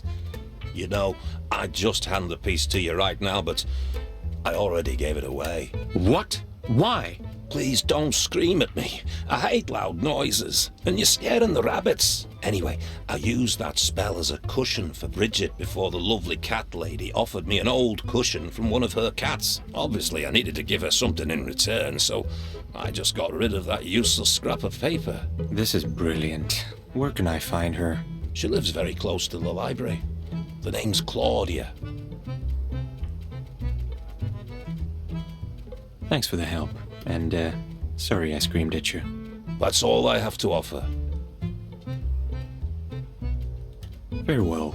Wait, I have a favor to ask. What is it? 5 of my rabbits were scared off by that filthy black cat and ran away. If you find them, please, bring them back to me. Sure, I'll keep an eye out for them. For that, I will give you the most valuable thing I own. A key that opens any lock, but can be used only once. How does that sound? I could definitely use that. Exactly. You never know when you'll need a key that opens any door. Goodbye.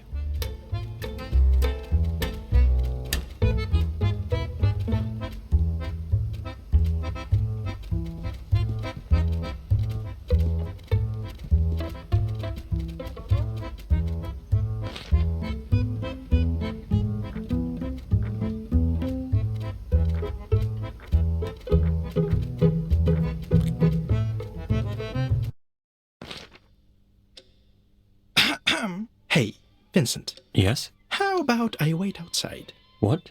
Why? Well, Come on, just tell me. I just want you to know that Sylvia, the Serpentine librarian over there, has a thing for me. A thing? Yes, a thing. What's with that look?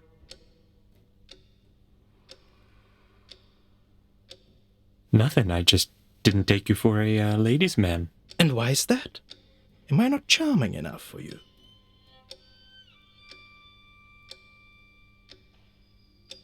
You're fine, Nick. I just don't see the appeal. You don't need to see it, because it's not for you. Ouch. Anyway, I warned you. Now let's move on.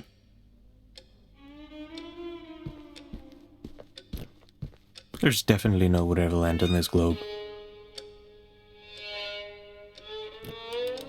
I've never been much of a reader. Maybe it's time to become one. After all, you have all the time in the world now. I've never been much of a reader. Maybe it's time to become one. After all, you have all the time in the world now.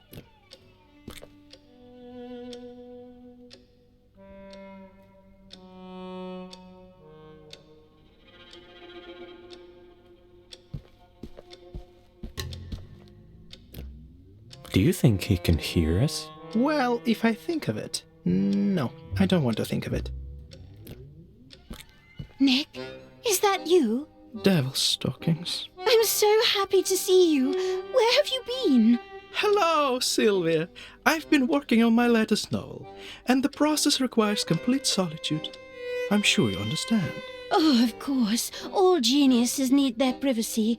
I can't wait to read whatever it is you're writing. It simply must be remarkable. And who's that with you? Oh, that's Vincent. My new editor.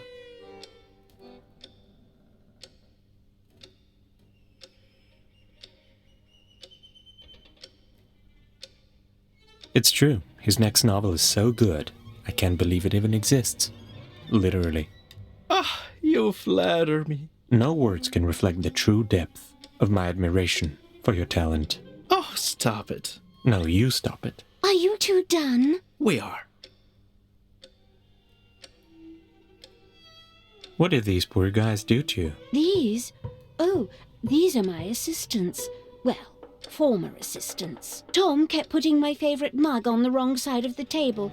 I told him 100 times I was left-handed. And Jerry, I can't even talk about Jerry. Why?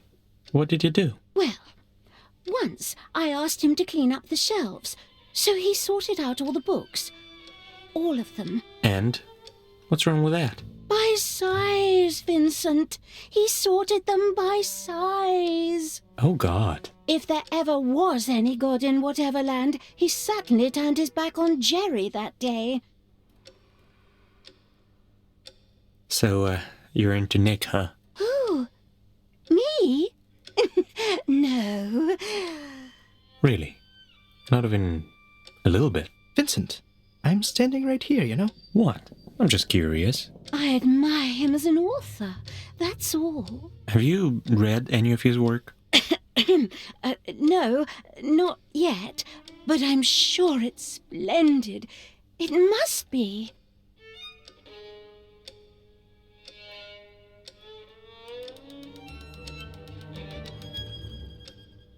You don't need a reason to admire someone. I'm sorry for pestering you. Thanks. I suppose I needed to hear that.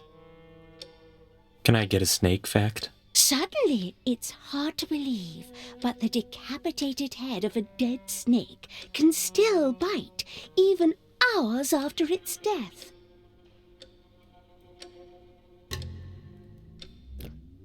Glad to have you back. See you later. Bye-bye.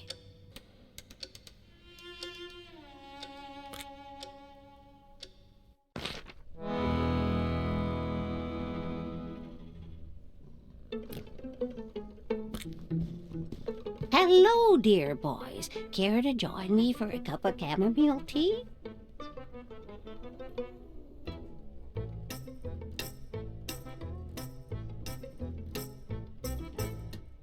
No, thank you. I'm here to ask you something. All right, Sugar Plum. What do you need then? I'm looking for a piece of the spell that you got from Oswald. The spell? Is it something important?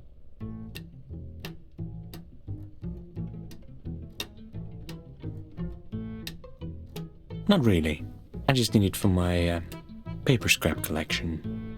Oh, then I have something for you. Here, a recipe for my famous pumpkin pie. Thank you, but what about the spell? I remember Oswald giving me something like that. He said it was valuable, so I exchanged it. What? Are you serious? Are you sure you don't want that chamomile tea? You seem tense. Anyway, I gave that spell you're looking for to a sweet young man who used to help me with the cats. Can you be more specific? What's his name, and where can I find him? I don't recall his name, and I have no idea where he lives, but I heard he plays with a band at Louis' Jazz Club. A very nice boy, if only a little grim. Not like you, though. Just sad. Wears a horrible sweater. I think I should make him a new one. A grim guy in an ugly sweater. Got it. Goodbye. Bye, honey.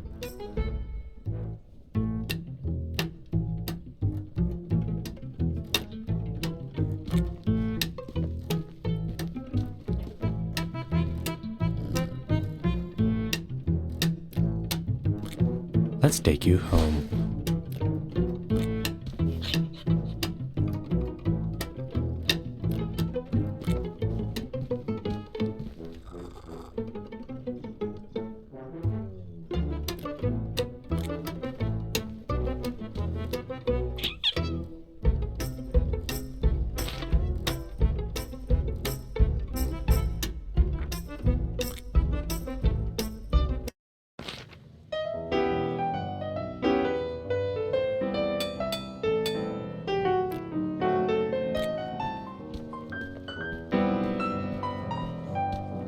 Excuse me, gentlemen, but I can't let you pass without an invitation.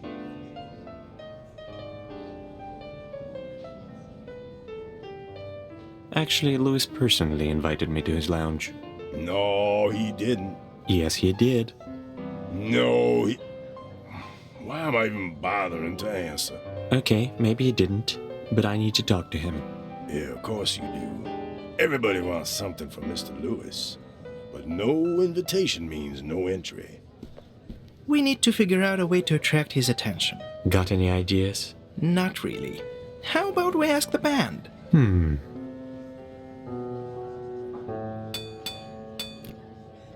How can people willingly go on stage to be judged by others?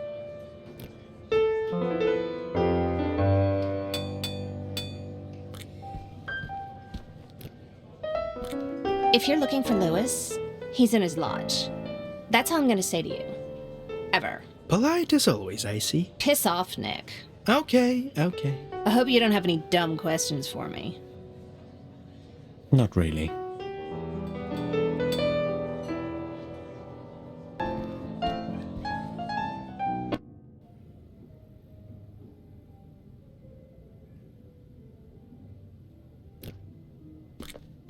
Welcome to our cave, stranger. And who are you guys? We're the Duck de l'Omelette, the best local jazz band. I'm Mo, and these are my dudes, Joe, Poe, and Lenny. Lenny? Seriously? Yeah, he just likes to be special, you know. Those damn drummers. The Duke de l'Omelette, huh? Please, don't ask. Well, now I just have to ask.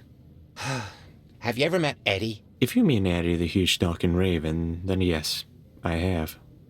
So Poe here is a big fan of his poetry, like for real. Once we were hanging out in the Arabesque, and I saw actual tears in his eyes after Eddie finished reading one of his poems. I'm not sure where this is going. At that time, we were just thinking about the name for our band, and Poe had a brilliant idea. What if we asked that genius bird of a poet to come up with a name for us? So he did.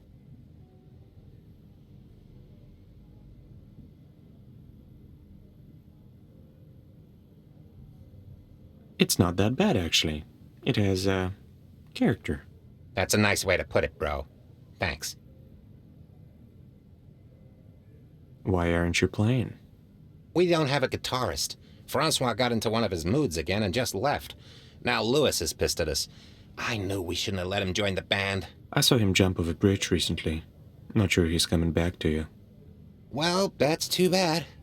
Anyway, we need someone to play the guitar, or else we can't go out on that stage. Are you guys close friends with Francois? I don't think Francois even knows what a friend is supposed to be. So no, not really. What do you mean? We tried to be friends with him, we really did. But he never went for a drink with us at the Arabesque, never answered any questions about his life. Now that I think of it, I only know his name and that he likes to play guitar. Not much to work with, is it?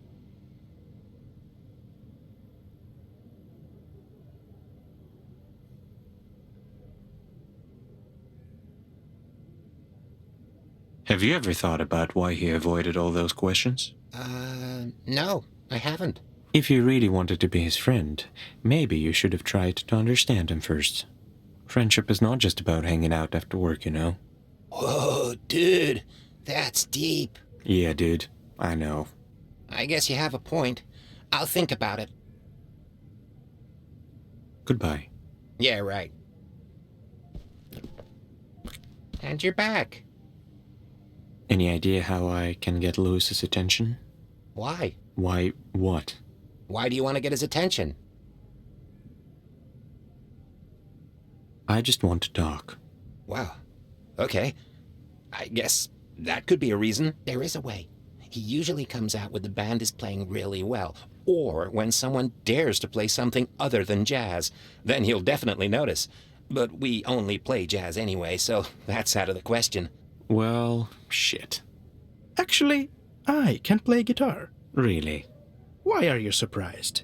I am a ghost of many artistic talents. And a very humble one, at that. I used to play the lute when I was younger.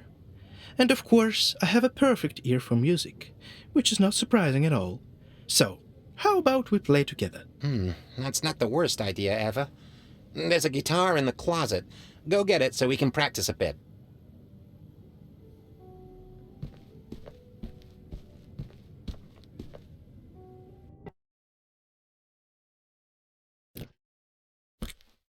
Hey, Vincent. What is it?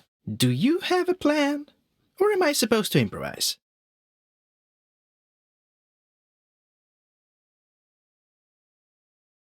Don't worry. I just want to impress him, so play as well as you can. Oh, okay. I think I can do that. I'm sure you'll do great. Ah, will you cheer for me? How about throwing flowers on the stage? Shut up, Nick. Fine, fine.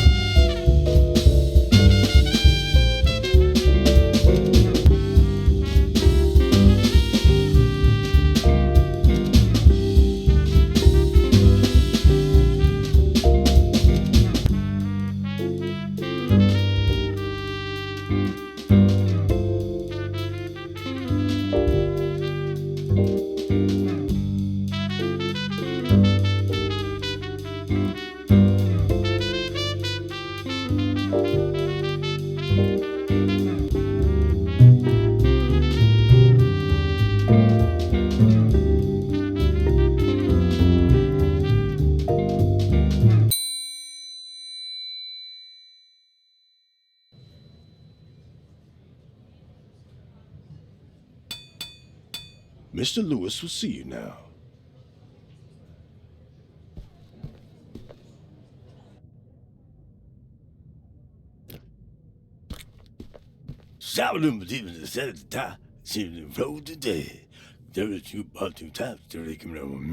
Sorry, what?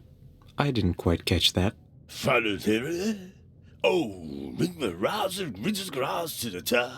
Nope, still don't get it.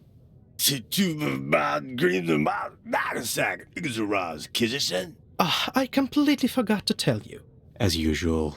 Hey, don't act like I'm not helping you at all. Anyways, Louis doesn't speak like normal people. I figured that much, thank you.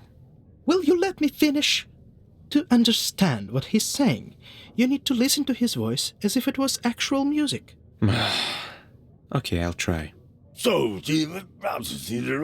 I'm even more surprised than you are. That's right.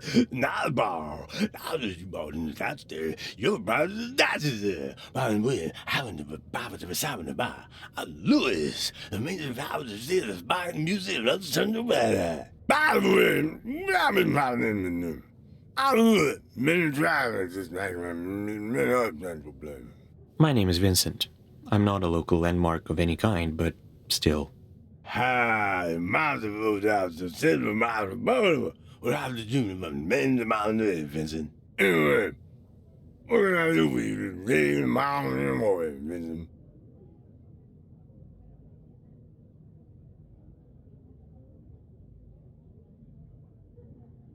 What happened between you and Beatrice? I don't know who. Wait, really? Well, I mean, this is very. I'm ready for anything. I was bad, but many of them broken hearted, bitch. She clearly needs to work on her little team. There's something I need to take from you. I'm just trying to chill or something. No, it's not about your company. You sure? Pretty sure, yeah. What is his name? I need your piece of the spell that summons Beatrice. Oh, how do you know I am? Well, I did not get it, but you just knew. Knows it right where you are. Guilty as charged. Well, that don't matter now. Yeah, but I was just not telling you, and it doesn't matter.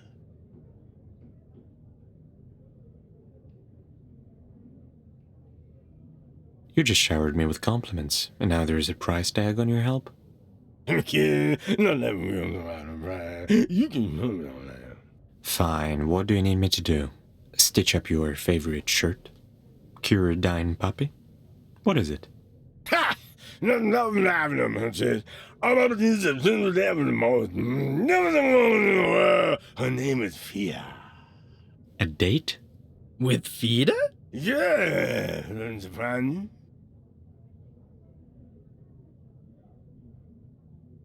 I mean, Fida is great and all, but you're obviously not lacking female attention. What is the moment of those intended? Nothing that you do, man. Even the beautiful girl is not shooting this out of all of this love.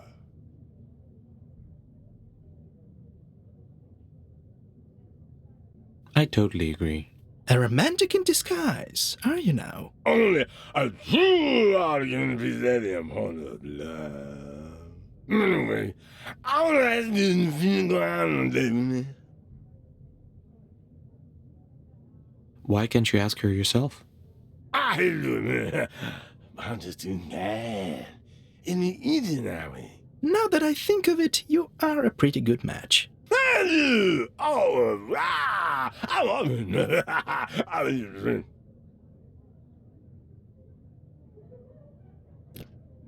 Someone's popular, huh? You can't even imagine. I'll find use for you.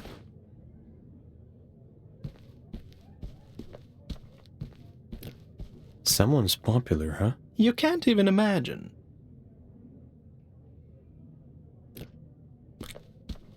We'll have to talk to Fida about the date.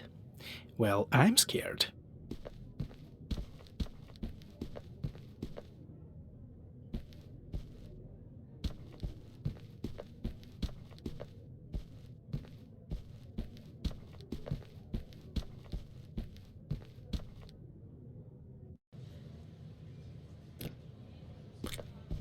I hope you don't have any dumb questions for me. Not really.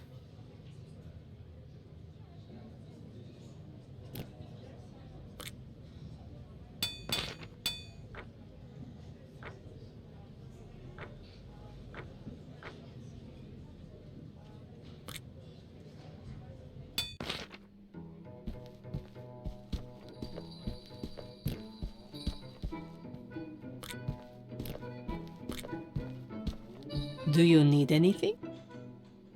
Hey, do you know Louis? Everybody knows Louis. Why do you ask?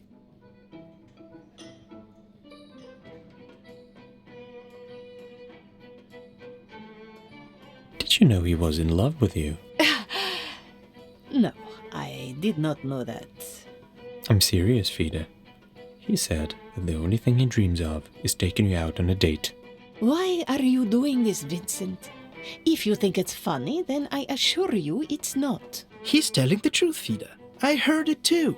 And why should I believe you? No reason, but it's the truth. Otherwise, he wouldn't be waiting at the entrance right now. Wait, he's here? Oh God, how do I look? Dashing, as always. Right, I think I can do this. Although there is a problem. What is it? I can't understand a single word he says. You see, I'm completely tone deaf. My parents wanted me to become a pianist, but I disappointed them even in this.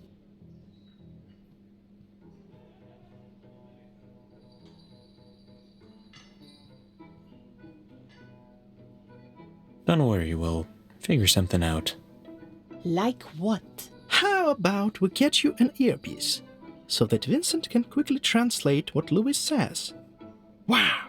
I'm an actual genius. This is actually a great idea.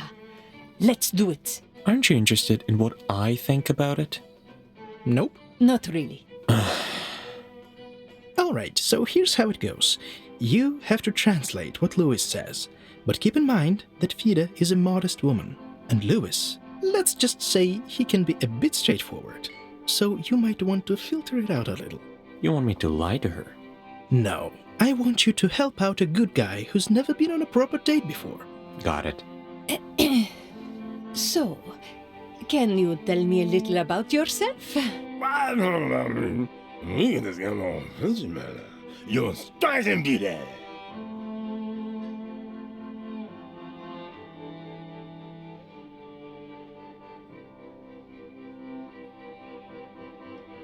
Why talk about me when we can discuss a more pressing matter? Your striking beauty. Sweet talker. You know, I was about to say, I was throwing my boss again, and by your right to me, of course, but many the gays.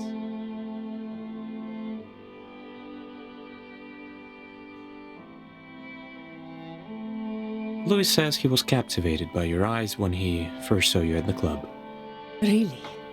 Your eyes were the first thing I noticed as well. They're so beautiful. I think I'm not coming to every moment goes by me.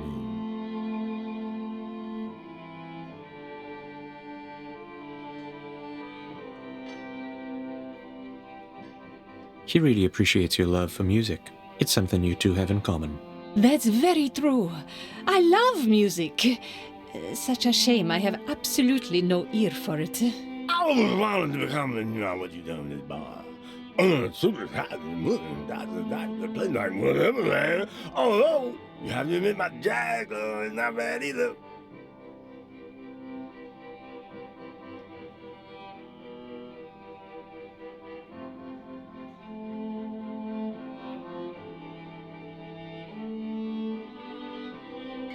He says the arabesque is pretty.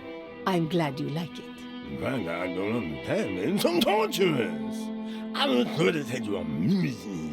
I need to plead the body to the homeless. It's better to what you want to teach them how to say.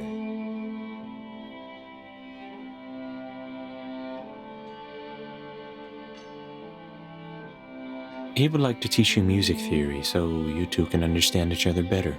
I would like that very much, actually.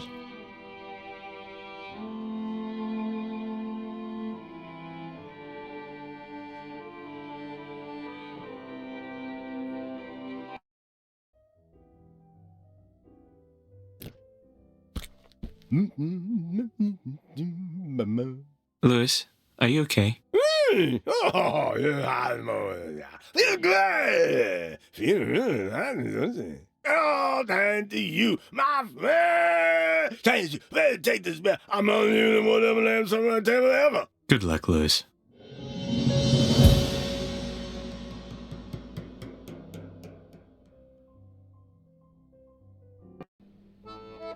I can't believe we just witnessed Louis and Fida having an actual date. How did that happen?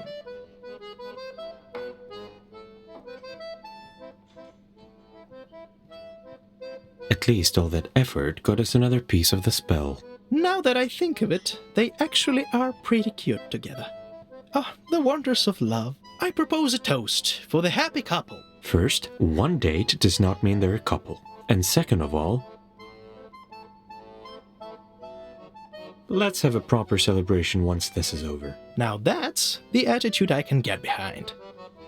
Oh, how I bathed in lights, so blinded and unaware. Oh, many lonely nights, with no one I wanted to share. Oh, can you hear me laugh? My gentle and quiet song. Oh, like a mateless dove, I've waited for far too long.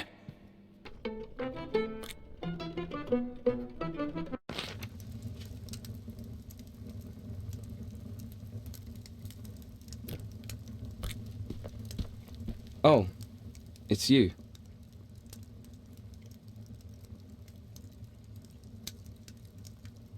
So, how did you end up here? I'm sorry, I'd rather not talk about it. Hey, do you know Claudia? The cat lady. Of course I do. Why'd you ask? Are her cats alright? Did I do something wrong? What? No, I never said you did anything wrong. Right. I'm so sorry. You just have this serious look on your face, and I always assume I did something wrong. Just in case. What's wrong with my face? It's... no offense, but it creeps me out a little. It's like you're trying to dissect my soul with your eyes. Oh, well, this is just how my face works, I guess. Yeah, he always looks like he's trying to drill a hole in your brain with his death stare. Don't take it personally. Actually, I only use my death stare on you, Nick. Oh, I'm flattered. I knew you'd love it. Let's get back to the point. Claudia told me that she gave you the piece of the spell that's supposed to summon Beatrice. Do you still have it? The spell? Oh, yes, I think I do. She gave it to me last time I came to play with her cats. And do you need it? No, I don't. So, can you give it to me? No, I can't.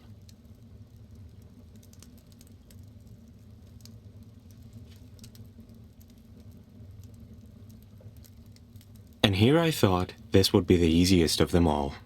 Wait, I didn't mean it like that. I really want to give it to you, but it's locked in the box Beatrice got me when I just came here, along with my other things. It's right there, on the table. The problem is, I can't remember the passcode. You can't remember the passcode to your own box? How is this even possible? I'm really sorry. That's not the only thing I can't remember. You see, I've always had these memory issues. But when Beatrice sent me to Whateverland, it became so much worse that I'd wake up with no memory of my life before I got here. At first, I wanted to forget. But Beatrice told me that I must remember why I ended up here. That I must relive these memories every day for the rest of eternity. I recorded everything on tapes, but kept forgetting them everywhere. I left clues on each tape so that I could find the other ones. But I lost the last one after jumping off that bridge.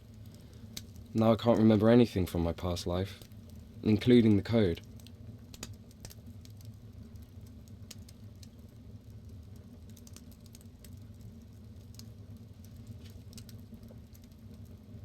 I don't have time for this. Do you mind if I just crack it open? Well, I suppose I can't stop you, can I? Sure, go ahead. Just please don't break it. But in case you decide to look for the tapes, you should have this. It might help.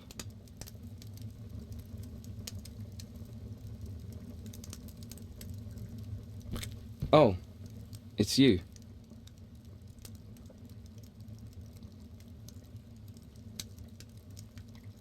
Why don't you play at the jazz club anymore?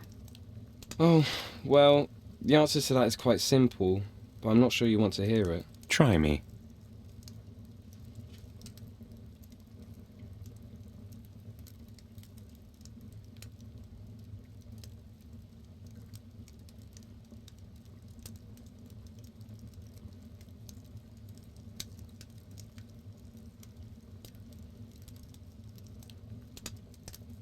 No, you actually just stood them up by leaving. Do you think that's what friends do? What friends do? How should I know? I never had one. Can we please stop talking about it? Actually, you're wrong about the band. They really miss you. That's hard to believe. But maybe I'll drop by. I don't know. You say sorry a lot, don't you? Do I? Sorry about that. Oh.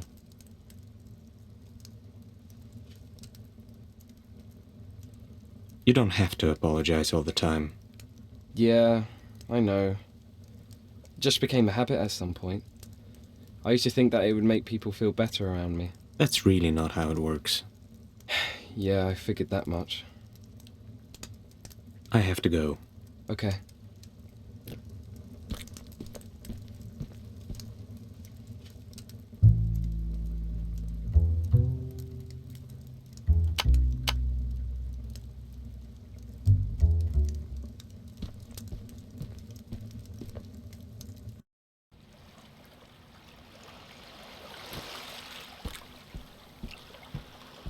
Hello, boys. What can I do for you?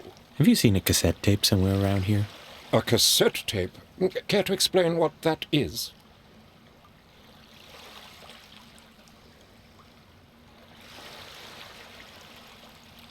It's like a small rectangular box with 2 holes in it.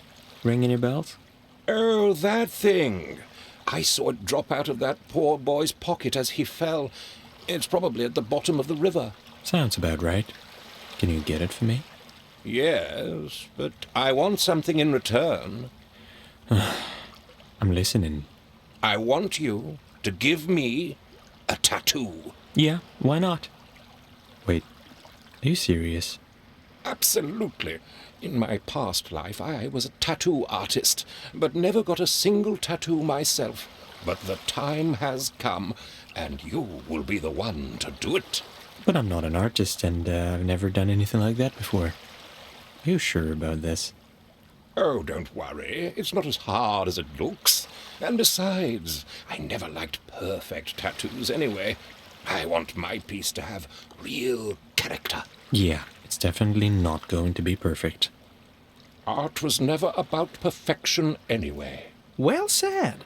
Let's just hope Vincent won't get too creative.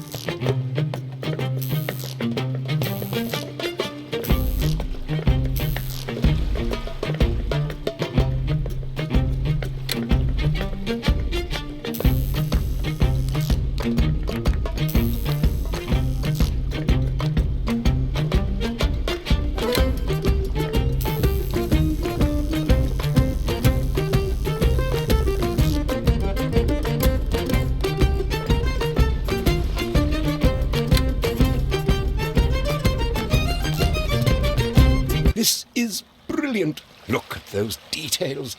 And I love the charming imperfections that you decided not to fix. Only a true artist can make such a daring choice.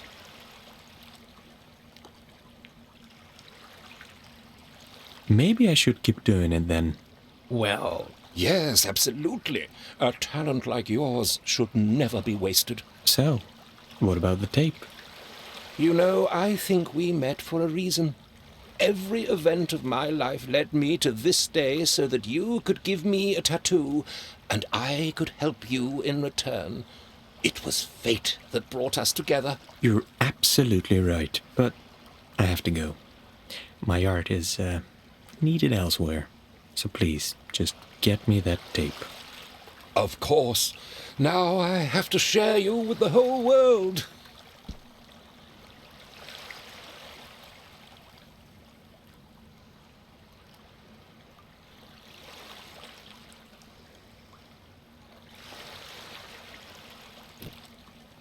I'm not sure I want to look at myself right now. An empty sketchbook. Someone's run out of ideas. Is that a dead fish with a butterfly tattoo? Yes, it is. Well, now we know where the lower back of a fish is. Vincent. That was a joke.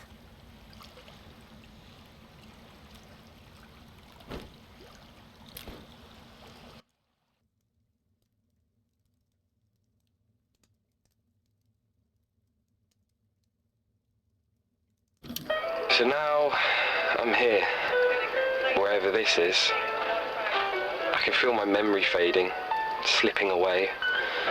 Maybe it would be better to forget. But she said that I must remember so I can heal. She promised me the pain would go away. She's so nice. Never screamed at me, never laid a hand on me. She's not like Dad. I can trust her. I think I heard jazz playing in the background. We should check the jazz club next.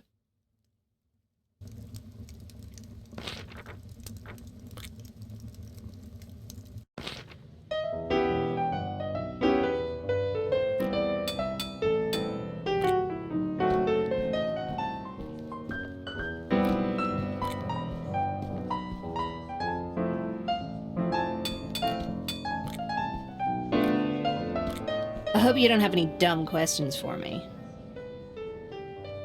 Did you happen to find a tape here? Francois could have dropped it. A tape? Mo found one of these in the dressing room. You can have it. I was gonna throw it away, so consider yourself lucky. Yeah, I wouldn't want to return to the junkyard. That's where it all began. Who knows? Maybe one day it's gonna come to an end there. That's deep. I know, right? Now take the tape and get out.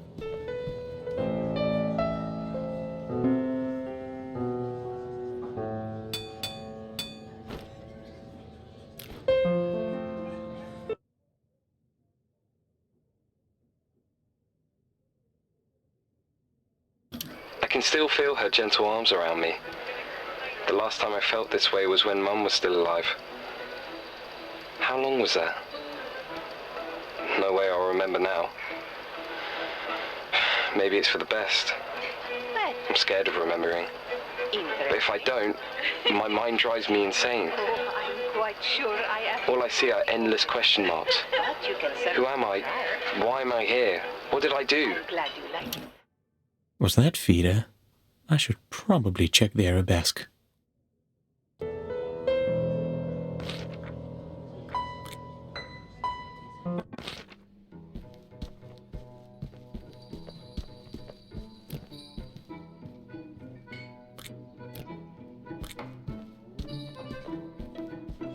Do you need anything?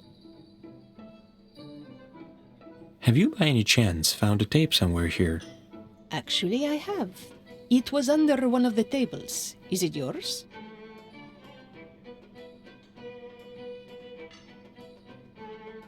Yeah, I got a little too scared of the book ashes and dropped it. Are you lying to me right now? Wait, don't answer that. I don't have time to deal with you, and this tape is useless to me anyway. Here, take it. Thanks.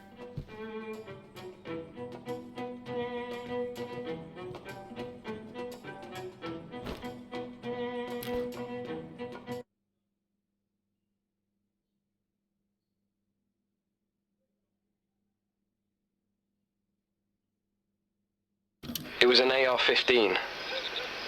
I don't know why I chose that one. Probably heard something about it on TV. I hate guns. It felt so cold in my hands, so heavy. Dad always called me a pussy whenever I refused to shoot with him. Then he laughed. If I started crying, he would hit me. If I didn't, he would... It doesn't matter now. He can't hurt me here. Call it a hunch, but we should probably search the park.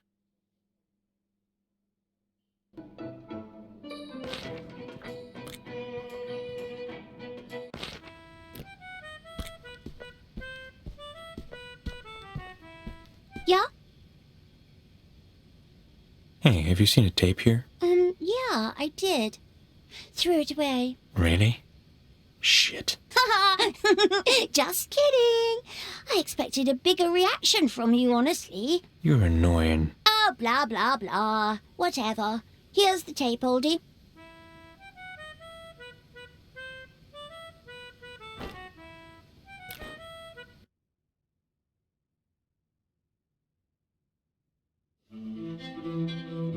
I was really going to kill them. Every last one of them.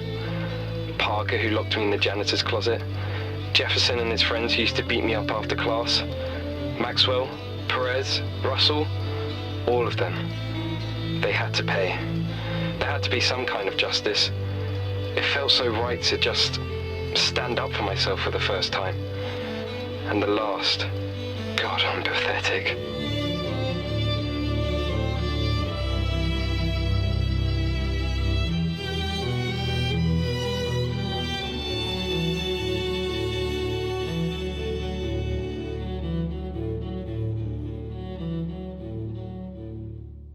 I think that's all of them. Yeah, let's take them back to Francois.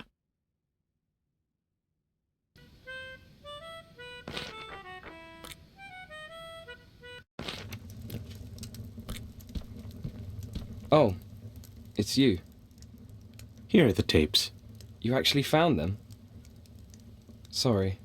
I just assumed you were... What? Come on, tell me. Alright. I never expected you to actually find the tapes, let alone give them back to me. I don't know. I thought you'd ignore me at best, or laugh at me or whatever. Good thing I was wrong.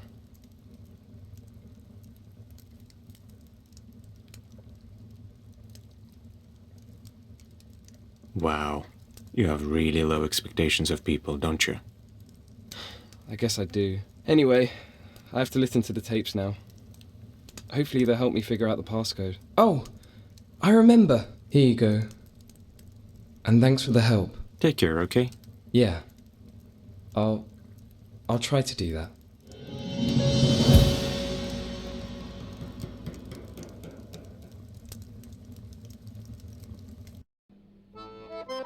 That was dark.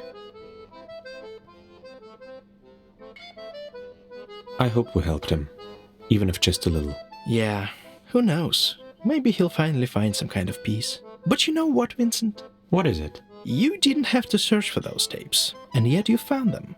And I'm happy that you did. I really am. We did it together. Oh, stop it. You're putting a tear in my eye. Now, how about another round? Seriously, Nick? Just kidding, just kidding.